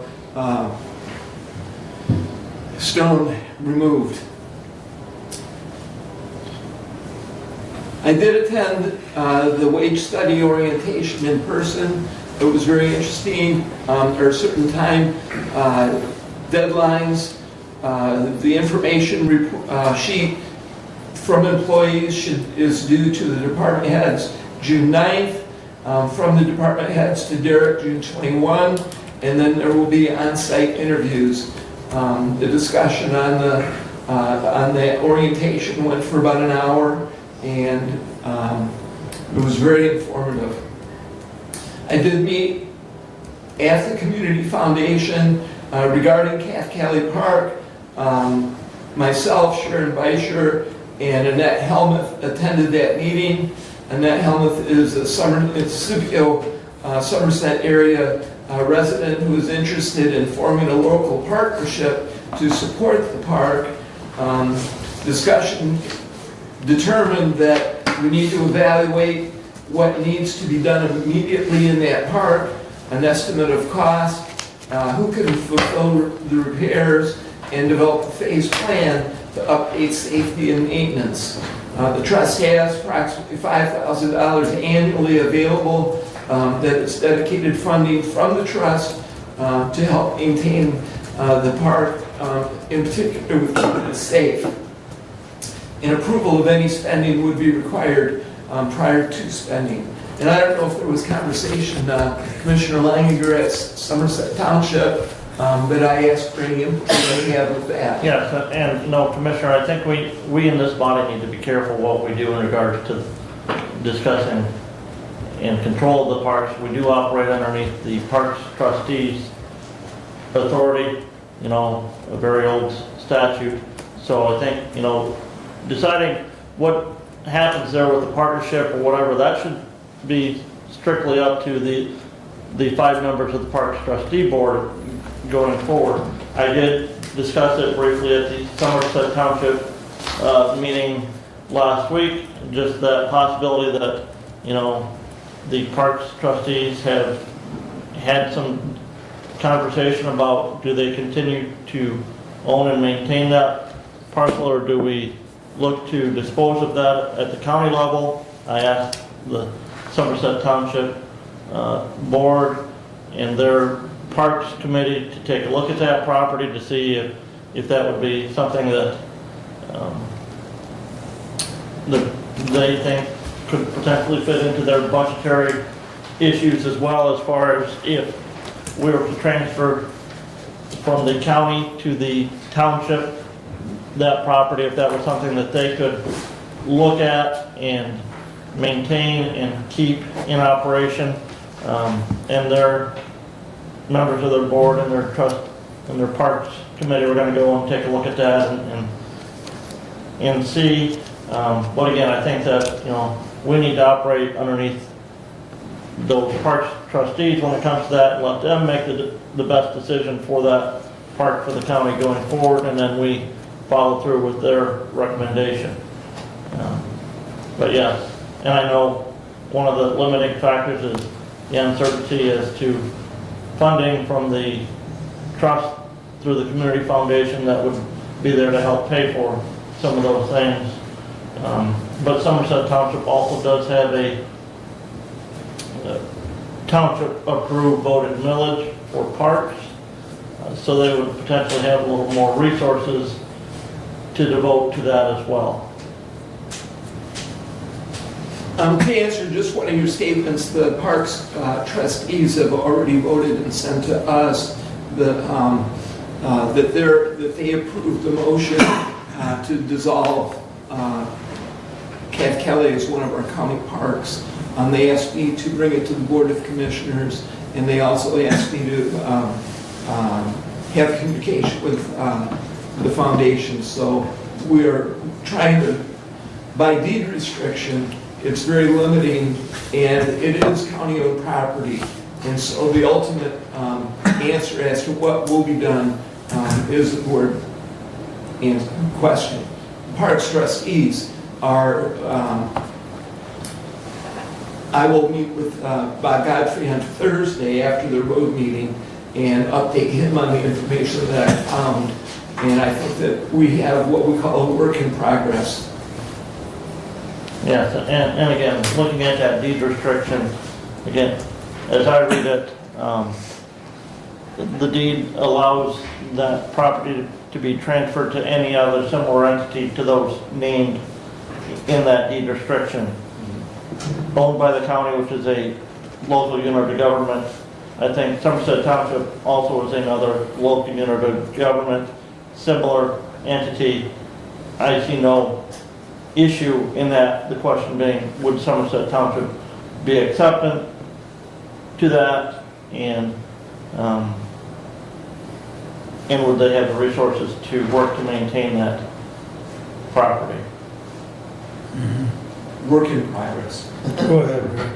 And my only comment would be, not only would they have the resources, but would they have the willingness to maintain it in the manner in which is required under the deed restriction? Because that would be the other caveat to that, one of the big questions for myself in this regard is, can the Parks Commission abandon it as a maintained park, removing the parks equipment from there, no longer maintaining it, but it still be maintained in county ownership as a public space? Or would it be better utilized by us transferring that property to an entity that would then manage it within the restrictions that were placed on it when it was conveyed to the county? And I agree, that would be a work in progress. So. But I think that needs to be part of that discussion is if Somerset Township were to accept it, that they would be willing to maintain it with those deed restrictions. Well, and in that regard, I do believe, if memory serves me right, one of those deed restrictions says any revenue generated from that property goes to the community foundation. Doesn't go to the trust fund at the community foundation, doesn't go even for the operation and maintenance of the park on an annual basis. And the grantors of the trust that deeded that property to the county reserved for their lifetime or for another individual's lifetime their right to maintain it as a park. So they're the ones that have been actually maintaining that property as a park. And I don't believe the county, correct me if I'm wrong, has spent any money on those playground facilities and stuff that are there. That is correct. However, with the trust and the death of McNutt, then certain processes are ongoing at this time, and so that's why it's a little bit more than a little bit. That's why it's up in the air right now, and we're trying to sort out what direction needs to go. Steve, go ahead. Not being familiar with the park and knowing what equipment is there, has anybody done an evaluation of any kind to see whether that playground equipment is even a liability hazard? Or is it safe to play on? Or should it be removed and, decommissioned as a park because of that? Or, it brings upon, a liability question. According to the deed restriction, it just can't be decommissioned as a park. It's either left as a natural space or park, is how the deed reads. A natural space would be accommodating. But the one individual is still living, and the deed restriction grants for his lifetime the right for him to maintain it as a park. Okay. Okay? So if the deed's been turned over to the county with those restrictions, then the county becomes liable for any accident that may occur on there, right? I was out there before our last meeting. There was some tree damage to the swing set, jungle gym type thing that was being cleaned up. But I didn't go and crawl up on stuff, but I did. In that regard, Commissioner, I didn't deem it as a direct liability hazard at this time. And as you say, the parks trustees need to decide, their level of involvement. And I think that it seems the way the process is going is that there will be money available, and the parks trustees will seek out how to best care for that park. Keep us posted. Thank you. One more comment? Go ahead, Brad.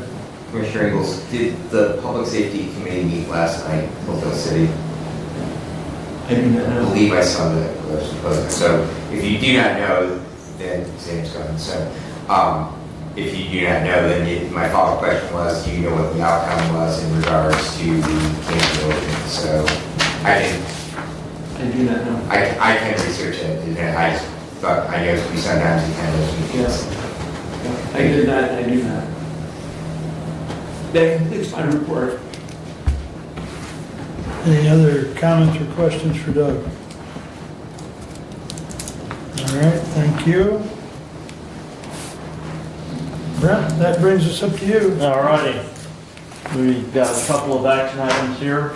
First of all, Resolution 23-088. To the Honorable Board of Commissioners, we recommend adoption of the following resolution. Whereas Act 5, Public Acts of Michigan, 1982, provides that without specific action taken by the Hillsdale County Board of Commissioners, the board shall not levy ad valorem property taxes for operating purposes for the ensuing fiscal year of the county that yield an amount more than the sum of the taxes levied at the base tax rate on additions within the county for the ensuing fiscal year, plus an amount equal to the taxes levied for the operating purposes for the concluding fiscal year on existing property. And whereas Act 5 provides that the Board of Commissioners may approve the levy of an additional millage rate within the present legally authorized millage rate only after providing certain notice to the public and holding a public hearing for the purpose of receiving testimony and discussing the levy of an additional millage rate for the ensuing fiscal year. And whereas for tax year 2023, without holding a public hearing, said Act 5 would require the Board of Commissioners to further reduce the present maximum legally authorized millage rate of 7.9230 mils by an additional 0.4258 mils, resulting in a maximum millage rate levy for 2023 of 7.4972 mils. And whereas the Board of Commissioners, after careful examination of the estimated operating expenses and estimated revenues for the 2023 and 2024 fiscal years, has determined that the best interest of the county may require the levy of the additional rate of 0.4258 mils to provide sufficient revenue for the county for operating purposes for the ensuing fiscal years, and therefore be it resolved that the Hillsdale County Board of Commissioners, pursuant to Act 5, proposes a tentative levy not to exceed 7.9230 mils for operating purpose in tax year 2023, revenue for fiscal year 2023 and fiscal year 2024, which includes the additional millage rate of 0.4258 mils. Respectfully submitted, and I move for adoption. Second. Moved and supported. Discussion? Equalization Director Wheeler is here. I know there was a lot of paperwork in the packet along with this resolution. I asked him to come, and he's here if anybody has any questions regarding those millage rates and the calculations on all of those. But I do appreciate him and his staff and the work that they've done in this calculation. Steve? So this would raise everybody's taxes by 4.258 millage across the county. It would increase the millage rate that you would otherwise have to reduce, because at the base tax rate is simply the rate you would have to reduce last year's millage to produce the same revenue this year as you did last year. So because there's an increase in taxable value or the tax base in the county, you would then have to reduce the millage. This would put it up to the maximum allowed after all subject rollbacks are applied. If you remember, the county's operating mill, according to the fixed rate allocation, is 5.75 mils. And that is like since mid-70s or so, has been reduced every year because the tax base grows. So otherwise, the revenue would just increase well above what it was in the prior years. So the law now requires that each entity that levies 1 mil or more to reduce their millage rate annually without having a hearing to produce the same taxes as they did in the previous year. Once you then approve to do that and hold the hearing, then you can increase the millage. So the additional millage rate reference is not an additional millage rate above last year. It is just what rate you would have to reduce it by this year to go down to the tax collection that we did a year ago. So we get hung up on that additional millage, but you're still limited by what the fixed allocation rate was set in the 70s, reduced annually. As far as county operating, in 1976, the county's operating millage rate was set at 5.75 mils. And keep in mind, this encompasses all of the voted millages for the county, not only that fixed 5.75 reduced, but the additional millages. We just recently increased the senior center millage back to the full mill. It's now 1 mil instead of 2 mils, but it did go up from, I think a reduce was 0.9 something. And because that vote of the people last summer, or last fall, increased it back to the, I think the statutory maximum in kin for senior services to the 1 mil.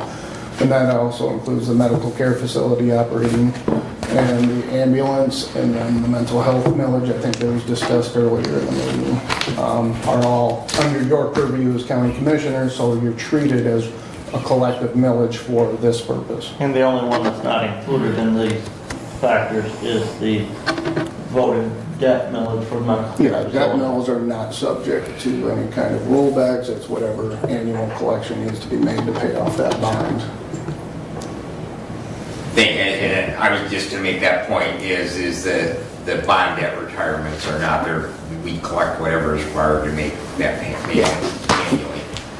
However, going back to the senior center millage, that this year, because it was reset, it will be at 1, but for Commissioner Lanius's benefit, that next year, Commissioner, that you will actually see that 1 mil, which it's now been reset to 1 full mil, next year you will see a reduction on that as well.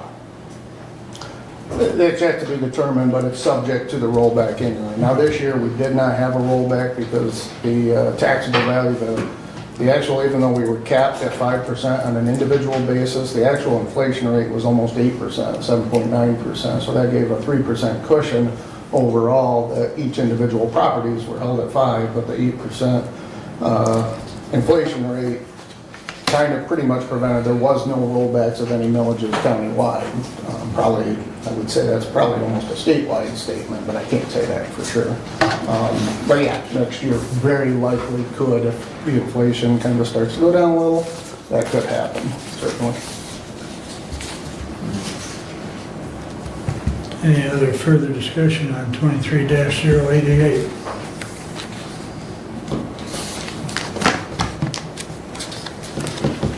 Any more questions for Nick or comments? Just thank you, Nick. It's a lot of work. You chain yourself to those monitors and work on those numbers, and I greatly appreciate you do that. It certainly is something that would make me want to beat my head against the wall. And again, this is just to tentatively set those rates. They will not be finalized until after we hold a public hearing where the public can come and give testimony and thought regarding that, and that'll be At the next covered meeting. with our next resolution and that public hearing will be then at our next meeting. Correct. Okay. Roll call on 23-088. Commissioner Leininger. Yes. Commissioner Ingalls. Yes. Commissioner Lanius. No. Commissioner Wiley. Yes. Commissioner Benzing. Yes. Passes 4-1. Please continue. Resolution 23-089, to the Honorable Board of Commissioners, we recommend adoption of the following resolution. Whereas the Board of Commissioners has passed Resolution 23-088 to tentatively level an additional 0.4258 mils for the tax year 2023, and whereas Act 5, Public Acts of Michigan 1982, provides that the Board of Commissioners may approve the levy of an additional millage rate within the present legally authorized millage rate only after providing certain notice to the public and holding a public hearing for the purpose of receiving testimony and discussing the levy of an additional millage rate for the ensuing fiscal year. Now therefore be it resolved that a public hearing shall be held on June 13th, 2023 at 10 a.m. at the Hillsdale County Office Building, Board of Commissioners Conference Room 210, Hillsdale, Michigan, for the purpose of receiving testimony and discussing the levy of an additional millage rate for the 2023 tax year, revenue for 2023 and 2024 fiscal years. The county treasurer is hereby directed to publish notice for such hearing, said notice to be in a form meeting the requirement of said Act 5 in the Hillsdale Daily News. The notice shall be published not less than 6 days before the public hearing. Respectfully submitted, and I move for adoption. Support. Discussion? So this one is, so we can't raise a tax without a public hearing, right? That's what Correct. this one's for. Just to be clear. This is to set the public hearing and to authorize the treasurer to publish the notice of said public hearing, and a draft copy of that notice for public hearing was included in your packet. Go ahead, Matt. Yeah, I just wanted to follow up on what you, when you approved the levy of the tentative millage that sets the stage for this hearing. I should have added also that as part of the budget process last year, this was in anticipation of setting that budget.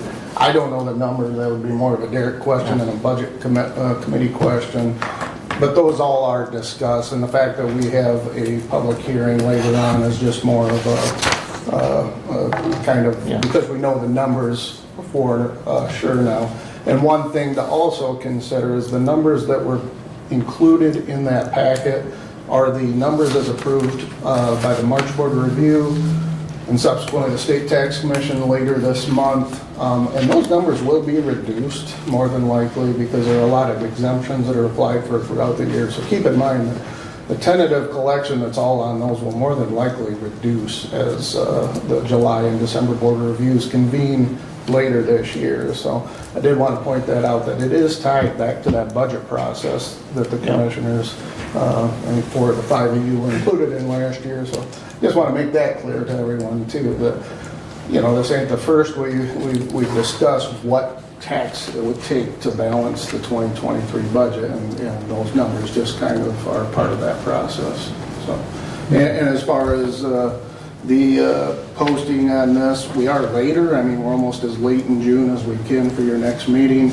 So as far as when to post that, certainly I would think if Treasurer Kaiser gets that around in the next week or so, that would more than meet the 6 days necessary. Now I understand the Daily News doesn't publish every day, but I just wanted to follow that up too. That we fortunately have more time, but that puts us behind the 8 ball, the other local units and the county where we print the tax bills for the local units. I mentioned that in my email, but I also want to make an announcement too that we got a lot of tax bills to print, and it's going to be later in June than it could be to set those. So I just wanted to make that clear too. Because it's the county operating millage that goes on the summer tax bill. Correct. Yes. All of those other millages that were in that tentative levy will not be on until the winter tax bill. Correct.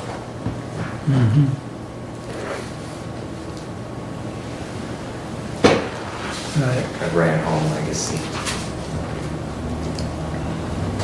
Do you have a particular time frame? Because I know Stephanie was always like to know. Well, I have to deal with the paper. It's Right. hard to deal with these days. can't get somebody anymore. Yeah. It's difficult. Yes, and as Director Wheeler said, I mean, as far as I'm concerned, as soon as you can get with them and get that published, I would get it published. Stephanie, just to that, has there been any movement whatsoever? Because we are not unique with a local publication.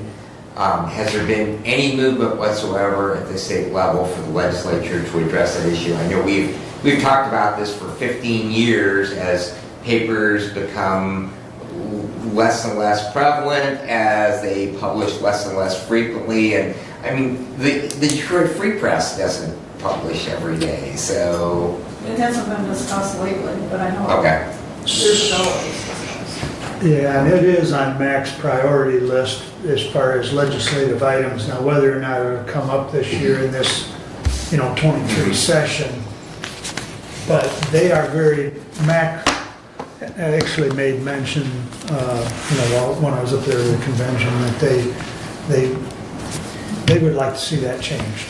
But it's got to be legislatively Right, changed. it has to be a legislative change. Correct. So we're kind of stuck at the moment. Right. So, yeah, the way the statement reads is the notice shall be published not less than 6 days. So I would concur, as soon as you can get a hold of someone at the Daily News. Yep. All right, thank you. No. All right, any other comments or discussions on the resolution? We will have a roll call on 23-089. Commissioner Ingalls. Yes. Commissioner Lanius. Yes. Commissioner Weiler. Yes. Commissioner Benzing. Yes. Commissioner Leininger. Yes. Passes 5-0. Please continue. Okay. I thank Director Wheeler for coming in and going over that with us. Our Finance Director, Mr. Ringman, is here. Included in our packet this month, this meeting was the finance reports that we talked about briefly at our last meeting. I don't know if any members of the board had questions regarding those expenditure and revenue reports year to date that were in the packet, but if so, Mr. Ringman's here and can answer any of those questions. I guess, come on up, Derek, and you can point out any highlights that you would like us to be aware of. Yeah, thank you. I just have a couple things I'd like to point out. One, both these reports that are in your packet, I'm sorry I didn't bring copies because it was in the packet, but they're both kind of tools that I use and that the board can use to identify situations or areas that might need our attention. I just do a quick equation to point out any department or activity that's tracking over budget.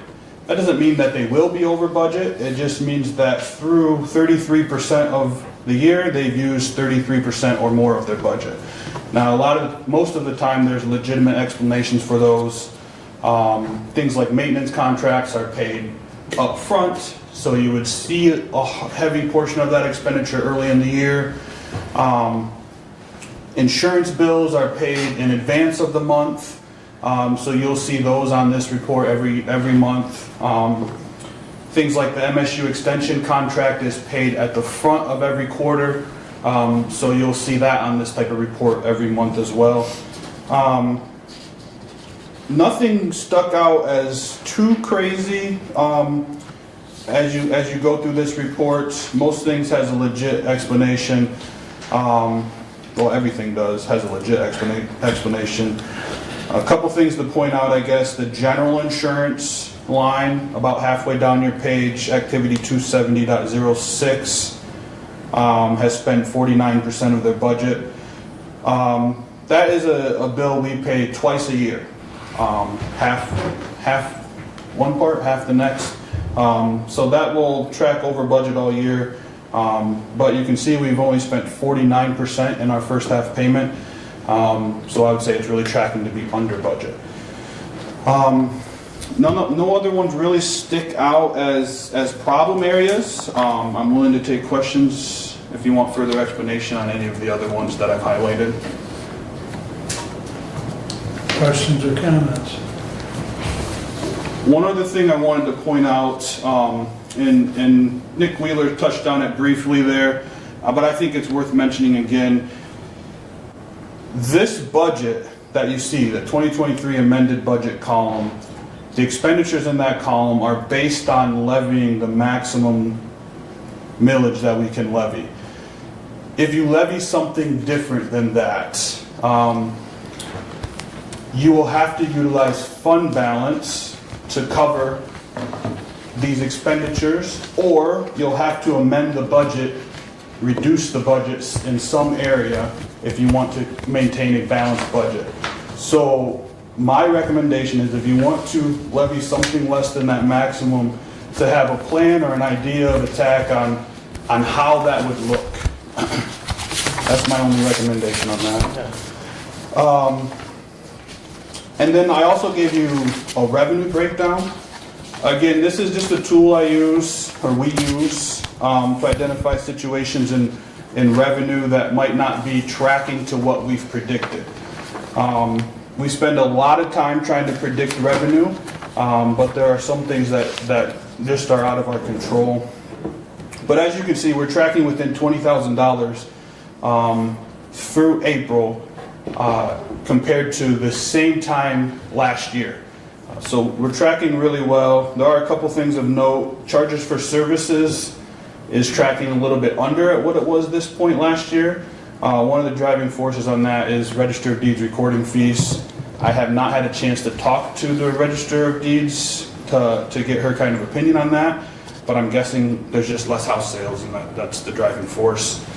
And then the other thing you'll notice is election reimbursements is significantly down. Well, there hasn't been as many elections. So those are the driving forces there. So we expect the elections to be down, so that's not a big deal. Again, if there's any questions on any of the revenue, I'd be more than happy to answer those or get back to you on those. There are a lot of revenue lines, so it might be something I have to look into a little bit more if you have a question. Doug, go ahead. On the expense report, I do have a question. The parks system does not seem to be listed as one of our county expenses, even though it's one of our parks, one of our county departments. Okay, so because the parks operates outside of the county general fund, the only expenditure you would see on the county general fund for parks is in the transfer out is the contribution from the county general fund to the parks fund. The parks itself is a special revenue fund, and that is not reported here. What you're seeing is the general fund line items here. And so to just add to that a little bit, if you go to the bottom of or if you go to the second page of the expenditure reports, there's a activity 966.00 appropriations and transfers outs. Our transfer to the Parks Commission lies within that number, as does our transfers to Child Care Fund, DHS, Health Department, a whole list of things, so that's not broken out. But that's a good question. That might be something I look at breaking out on this report going forward, so you can see those appropriations specifically. And then as for the special revenue report, yes, the Parks has its own fund that it expends out of, separate from the general fund, that you won't see in this. But my mission, since I've got a little bit of help now, is to start a quarterly report that gives a report on all the special revenue funds. I'm building that from scratch. It's nothing we've ever given before, so I'm still working on that. That would be my next question. Yep. Yeah. So I hope to have that maybe at the end of the next quarter as something I can provide. Thank you. Go ahead, Brad. Since we have Laura here, Laura, how are collections on our fines? Because that is a significant portion of revenue. You levy them, but we don't always pay them right away, so how are our collections on those? Yes, I am hoping and anticipating that that will improve. We had a collections clerk working at district court when I came, who had been doing this task for a while and knew it through and through. And she did transfer over to circuit court, so she was no longer with us. And for a variety of reasons, we've had people cycle through that position. We've had somebody leave for family reasons. Somebody else is also leaving for family reasons. So we've struggled to get some consistency in that position. And when you're talking consistency, you're also talking a tremendous body of knowledge in terms of how this process works. I have somebody who's going to be taking it over in July, who I know is terrifically motivated. Again, I know she's going to struggle to work it up, so it'll take a bit, but I am anticipating that this person will really take the ball and run with it. Thank you. Further questions or comments for Derek? Thanks for coming up, Derek. Yep, thank you. All right. Okay, we have a Board of Health meeting on Thursday of this week in the morning. The Wellwise Services annual meeting was last week. I provided a copy of the report that's presented at that meeting to all of the members of the Board of Commission. If you'll notice on the back of that, it shows the new address for Wellwise Services. The staff was moving yesterday into the new building. They have an open house scheduled for June 16th, June 9th to June 16th, and I can't get my document open to give me that date yet, but I think it's the 16th in the morning. Celebration. They're recognizing some of their those individuals who have donated time and services to the agency over the last year, and that'll be at 9 o'clock in the morning. At our meeting last week, I was elected to the chairperson of the Wellwise Board.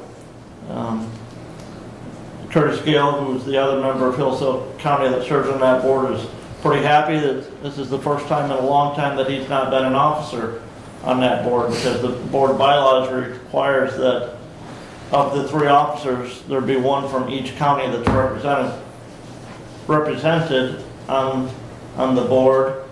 And there's a requirement that to be an officer, you must have served on the board for at least a year. And so Hillsdale County, the other appointee to that board, was a revolving commissioner from time to time. And so, yes, I get the distinct pleasure of serving as the chairperson of that board. We'll be meeting with Julie Weatherby here in the near future after she gets acclimated and settled into her new office. But it is a very nice building, and came in under budget on the expense for building that.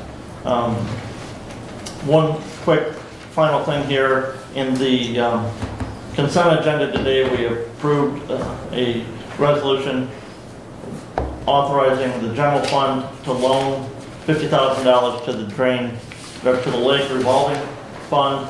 And just, I'll ask Mr. Ringman to share a report that he's put together for me of some of the past lending and repayment that's been done from the general fund to the drains and lake revolving fund.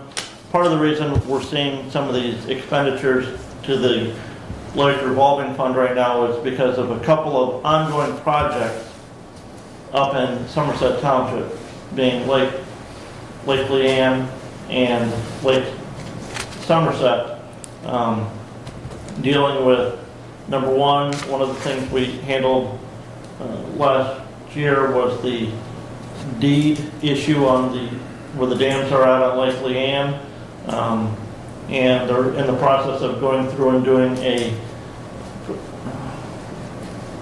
court-ordered lake level change on those. And so there's been quite a bit of legal expenses incurred on that. Without some extra hearings and stuff by the drain commissioner, the max that the drain commissioner can levy in the special assessment on a lake assessment district in a year is $10,000.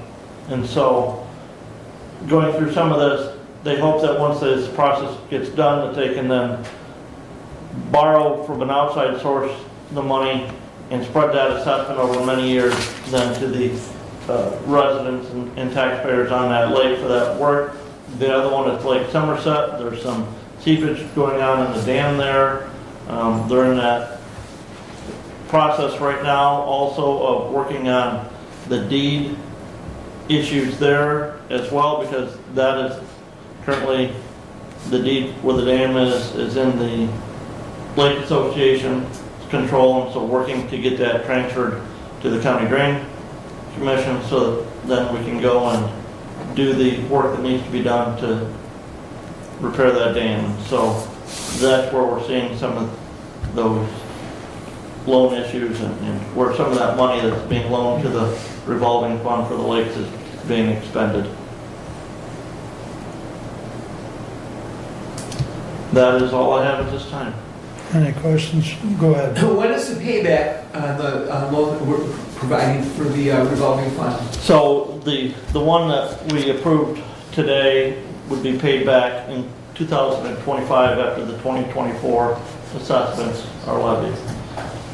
Unless something happens, and again, they get some of those projects completed and they can go out and bond for outside sources for that larger sum of money that would encompass all of those legal fees that were part of that and any maintenance work that's being done.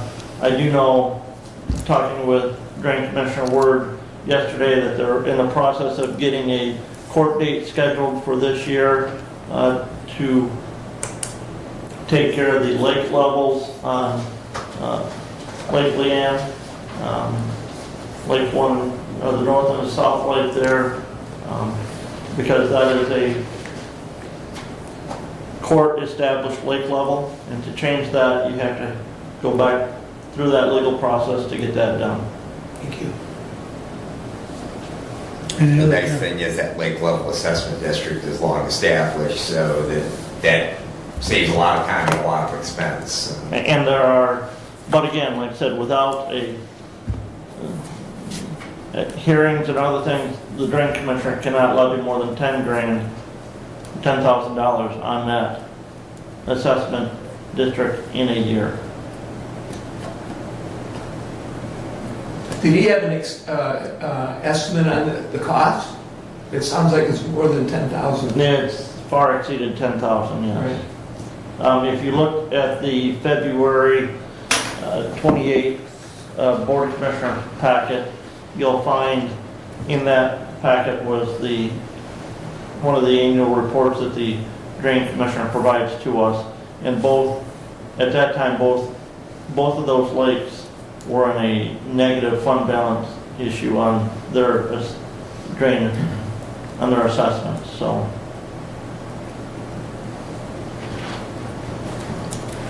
Any other comments?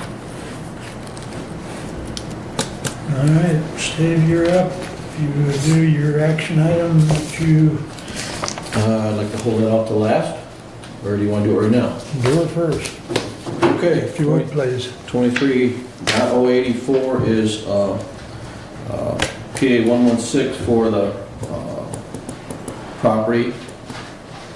And I would move to table that in lieu of a little more information on what the effects of the wastewater will be and how they're going to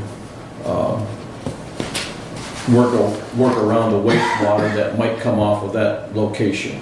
Just point of order, you can't table a motion that's not, so you would have to introduce it. It would Correct. have to be then supported and then a motion to table. So we need to read it, Steve, and then once it's on the table. Once it's on the floor, it can then be. Okay. Yep, Okay, so we will read it. please. Okay, at the regular meeting of the Hillsdale County Board of Commissioners, Hillsdale County, Michigan, held at held at the Hillsdale County Board of Commissioners Conference Room, 33 McCollum Street. It was resolved by the Board of Commissioners that the board, wait a minute, do I have the right one? Yeah, that the board hereby approves the request of Jason and Joan Eichler with the address as follows to enroll the following property into a farmland agreement. Land in the Township of Camden, County of Hillsdale, and State of Michigan, identified as follows. And you can read the property number there. Jason and Joanne Eicher, 6951 West Camden Road, Camden, Michigan. That the county clerk is hereby directed to transmit copies of this resolution to the Department of Agriculture to notify the applicant. And this was adopted. Yeas, nays, okay. So, with this resolution, I would move to, I will support adoption of the resolution. thank you. So now it's on the floor for discussion. And I guess I'm wondering what your concern is. This is a PA 116 application, which is farmland preservation.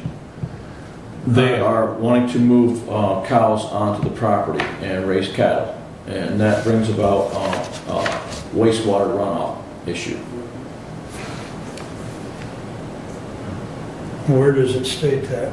Well, it doesn't. There hasn't been any report on that. I mean, that's my concern, because no one's reported on the physical property and how the cattle are going to be affecting the farmland and the lands adjacent to them. Mr. Chair. Please. Thank you. Just having reviewed these PA 116s as a producer myself, PA 116s really have nothing to do with use commissioner, and we really have no oversight in regards to the usage of that property.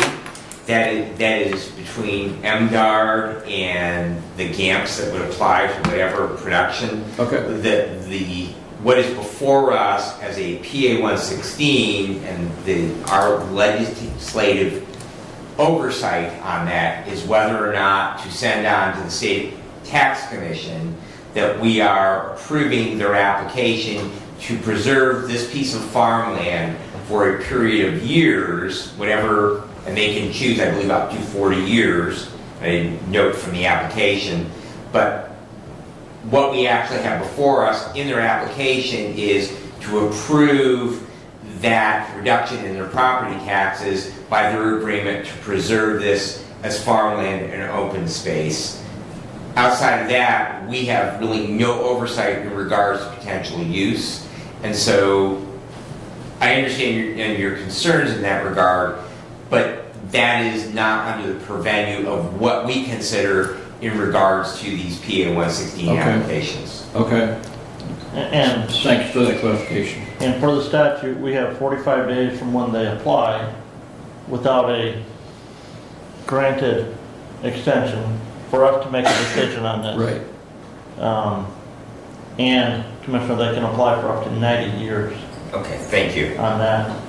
And Commissioner, what this PA 116 application allows the individual to do is to claim for refund from the state of Michigan on their personal income taxes, the amount of property taxes that they pay on that property that's enrolled in that PA 116 agreement. Okay. Okay, in an effort to preserve open space in farmland and prevent it from being developed for other than agricultural purposes.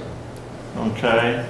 They still, and I might point out, they still have to pay their taxes, Right. but then they file on their personal income tax return, and they only get a refund if they meet the, If the property taxes exceeds a certain percentage of their household taxable income. correct. Correct. And I've never participated in it, so I can't tell you exactly what that percentage is, but there is a, Yeah, I don't remember, but we've had land in it for probably Okay. close to 30 years or more, but, Now, where we have some purview down the road, if their application is approved, is if they want to construct a building on the property, any ground that's enrolled in a PA 116 agreement has to go through the same process to get approval to construct other buildings on that real estate. All right. Okay? so. And if that's not consistent then with the open space farmland preservation, that's where the planning commission or we could vote to disapprove that. This is Okay. something that, working with these property owners to help them reduce their tax obligation as best as possible and encourage them to keep that open space for agricultural purposes. So I got a call from Camden Township or Little Long Lake, as it may be, and I don't know if it was this particular farm or not, but as I told the individual, if you go to michigan.gov and you go to MDARD and you look at the Right to Farm Act, that's the first thing you've got to do to understand, Michigan law on right to farm, but also, as we've mentioned here during this discussion, the GAMPs. And PA 116 and the GAMPs really don't intermingle, but to Brent's point a minute ago, they do have to follow siting GAMPs, which is generally accepted agricultural management practices, and those GAMPs have to be followed regardless of whether it's in PA 116 or not.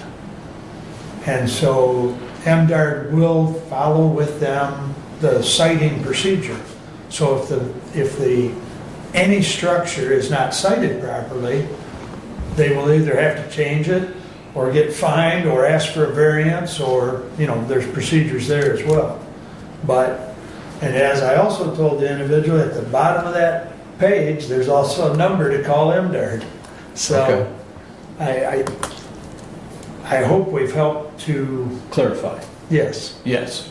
Thank you. And I might add, in our correspondence, there is a letter from MDAR on a property within my district in Woodbridge Township where there was a complaint filed with MDAR in regards to manure management, and that there were then, MDAR required a review of manure management practices and then a follow-up visit in that. So there is additional oversight. Okay. And so that is regulated under a different area. So, just circling back again, really this has to do with the rebated property taxes on this for preserving this farmland, and not as far as what the use would be now or into the future. Correct. Although, with that said, if the PA 116 is approved,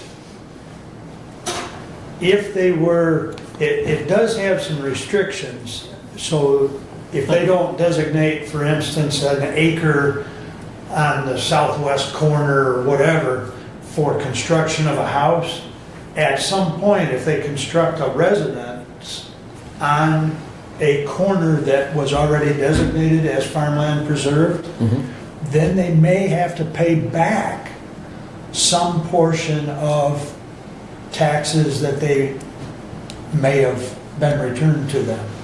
Okay. So there are provisions for that as well. So you can designate a future building site for a residence, but it doesn't apply to agricultural buildings.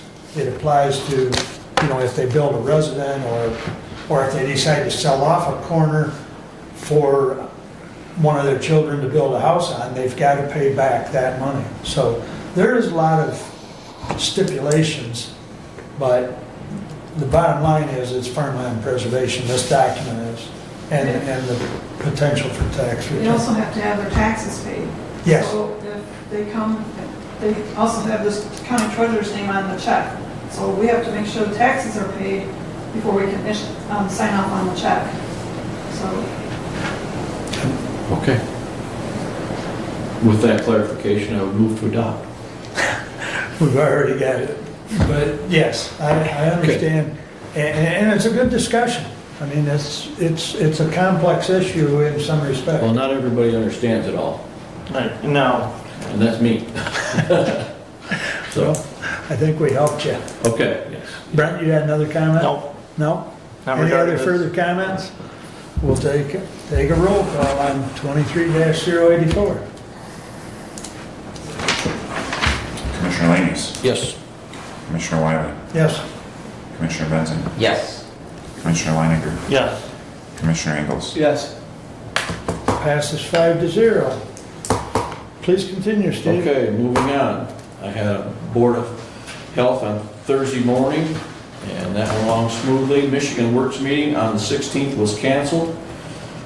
Excuse me, I will have a Board of Health meeting on Thursday. I had a Board of Health meeting on May 17th, and our annual implementation plan was passed, as well as the annual report. May 22nd, had a FEMA meeting where we learned that Phase 40 is now in place and payments have begun. Hillsdale will receive a total of $18,533, which will be allocated out for food, shelter, and utilities, as discussed in the prior meeting with FEMA. This will include $3,533 to the senior center, $2,000 to the First Church of Christ. King's Cupboard will receive $4,000, and Domestic Harmony will receive $9,000. And this was all passed by the FEMA board. The last payment from Phase 39 has not yet been received due to some date confusion, which has now been corrected. The payment will be forthcoming soon. Dates on that are yet to be determined. So that's all I got for now. Any questions for Steve? All right. I have a question. Oh, please, go ahead. So the topic of discussion is prevalent in the city of Hillsdale right now with homeless. Yes, The it is. FEMA funds, can any of that money be used for those services?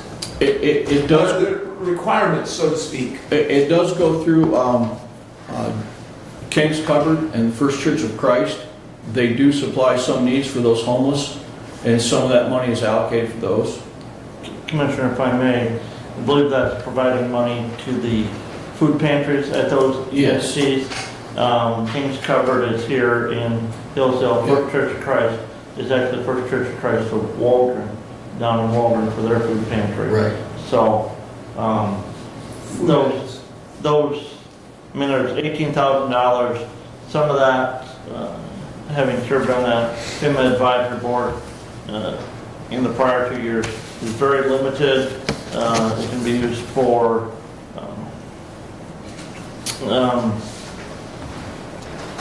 utility assistance, but very limited in that money for actually paying for housing assistance itself, so. Yeah, and the board agreed that the food, shelter, and utilities of that money will be priorities. Okay. Thank you. Yep. Anything else? All right. I would like to start by making a motion to put the Lifeways report that Mary Beth presented on file. Who seconded? Doug? Okay, thank you. With this, any discussion?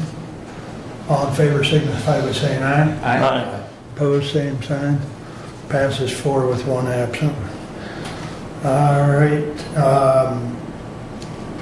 I think everyone attended the comp study WebEx on 5/18. I know I've talked to probably 2 or 3 of you anyways. And Dave sent out I believe he sent it to all of us, the questionnaire as far as the worksheet. And I know I've talked with Derek.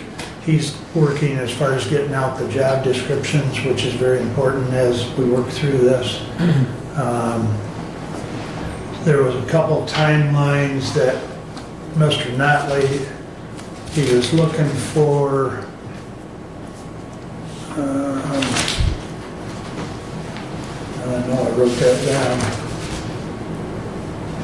I believe if I remember right, he wanted those back to Derek by the 9th of, Back to department heads by the 9th of June. two of them by the, okay. And And then he was gonna 21. get it back 21. Thank you.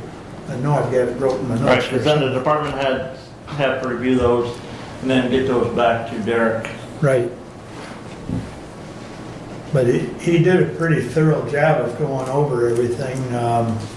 And I know one of the things that I talked to Derek about that I was quite pleased with was one of the ending things that Mr. Notley talked about was he would come to us and discuss implementation options. So, you know, that will be helpful, so. Brad and I will be on the department head meeting this Friday, 5/26. Brad and I also have a employee committee meeting that we've set up with some of the employees. I believe we've got about 5 that are going to attend, and may very well become something that we'll do quarterly or something. We'll see how that works. Kind of similar to what we set up with the insurance committee, where we've got employees engaged. And partly because we have no SEIU union anymore, so, and we have a certain group of employees that are never been part of a union. So go over any comments they have as far as the personnel handbook or any other thing that the personnel committee might be able to address. So sometime here in early June, we'll have another insurance committee meeting. Derek and I have talked. We got some more information back from Aflac. I also talked to Marnie. The billing is going a little better, but they're still working on that. That was one of the major issues with Aflac. Aflac also sent a communication as far as kind of a follow-up, you know, asking us to stay with them. The presentations to the insurance committee was from Colonial and Aflac, so, and there were some items that we did not get to that John O'Connor wanted to go over, so it's prudent that we have another meeting here in June. And also in June, I'll be looking at scheduling a meeting of the opioid committee to look at some of the requests we've received and the potential use.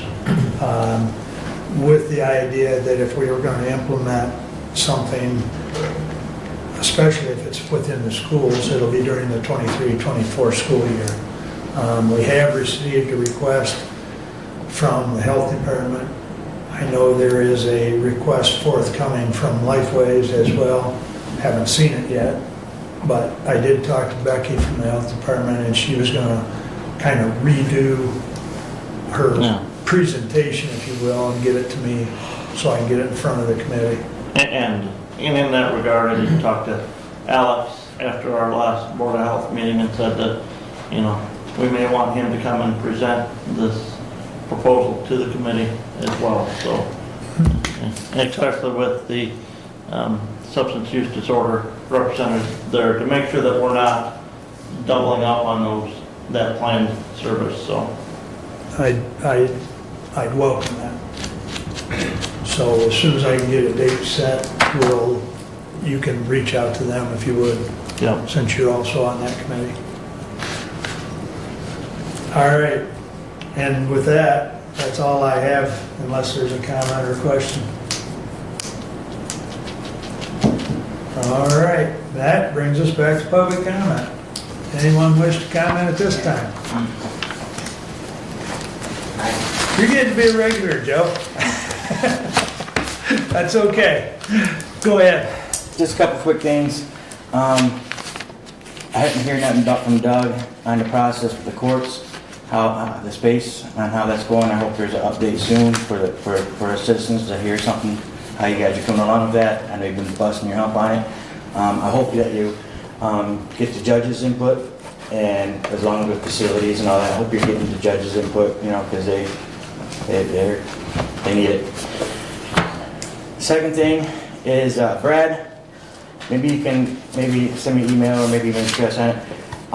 Last 3 or 4 years, I've come across, unfortunately, some horrendous accidents on the road where I was a first responder as a citizen. And the first one was about 3 years ago. It was on 34 of a head-on collision, and the guy driving the vehicle was deceased. I jumped out to do first aid, pulled out the 2 people out of the other vehicle, and stopped the bleeding on one of the arms. And when the officers at that time got there, they told me I wasn't supposed to do anything. Just leave them alone. This last one was a bicycle accident on 34. I was the first one there, and the lady behind me stopped, and she got on the phone with 911, and I went up to assess the victim, just like you would if you're certified CPR. I'm no longer certified CPR, but I was in the military, and I was many years in law enforcement, and a couple of years when I worked for Johnson County Fire Department down in Missouri. And it's been years now since I've been retired, but I guarantee you, if there was some serious bleeding going on where a tourniquet needed to be applied or first aid, I would have did what I had to do. But while she's on the phone talking to a 911 operator, and I don't know the rules on this, I'm telling her what I see, what I'm seeing, assessing the patient, while she's telling the 911 operator so she can address it to the first responders that are coming. They're telling her, don't touch him, leave him alone, don't touch him. And I'm saying loud enough where they can actually hear me through her phone that, hey, we need to do this, but I don't know what the rules are. Are we as citizens that come upon victims supposed to do CPR? And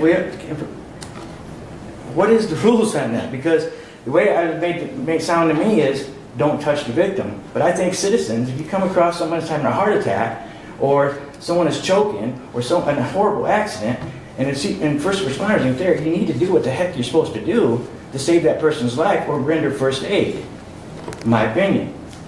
I'm not sure the rules here in Michigan. I know when I lived in Kansas, Missouri, California, Texas, many places I've lived, you render first aid no matter what. Some states that's the law, certified or not. Next thing, did Adams Township pay their bill? Yes, sir. Cool. That was brought up, and I'm glad that happened. And one more thing, and I usually don't do this. All you guys do a great job. And you can tell who's experienced and who's not, who's been doing it for a long time. Mark, you do a great job on this board. I would probably have you do my budget. You're so damn smart. We also understand as civilians, as citizens, that there's a learning curve. There is a learning curve, and you have to learn. None of us voters are expecting you to get voted to any position and expect to know what the heck you're doing. You're learning. Steve, you're learning. We know that. We understand. You know some things. But there's some things that we also want to hold our people, our elected officials accountable. I like to, as a voter, I like to see, like when you vote against something or vote with it, you can tell who's experienced. You will tell your opinion, even if you're voting against it, why you don't want something. I may not like it, but as a voter, that's accountability. To vote against something and to be quiet and not even having an explanation of why you're voting against it, no matter what it is, it kind of, as a voter, it kind of makes us look like, is there a hidden agenda? I hope not. I hope that's not what's happening. Because all you guys are elected officials, response are for all of us. Democrats, Independents, Republicans, no matter what fraction you're in. So I would ask in the future, if you vote against something, explain to the voters that are right here on YouTube, why are you doing it? My opinion. Let's have a good day. Thank you, Joe. Anyone else wish to address the board at this time? All right. Addition business. Doug? No. That's Brett? I'm good. Brent?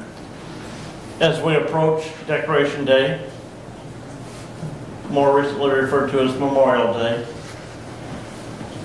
there are many opportunities in this county where citizens can go and participate in Memorial Day services. I know that there will be a service at the cemetery in Waldron on Monday morning. I believe that there's still a Memorial Day parade in Pittsburgh that day. I think the Jonesville American Legion has a service out at the cemetery. That opportunity to go and pay our respects to those who gave all in support and defense of this country, and encourage everybody to take that opportunity. It's not just the start of summer, it's a day that we remember that sacrifice. Thank you. Steve? Good. Well, I'll kind of tag along with that theme because I know talking to Chad Neely, who's going to help me on Thursday, present 9 scholarships at reading from the Veterans Affairs Office, and we had a record number of applicants and scholarships this year of 16.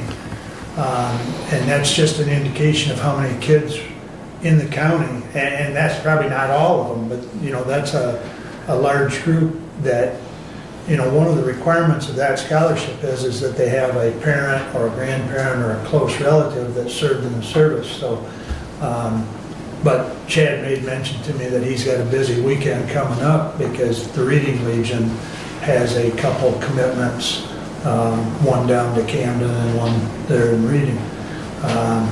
So,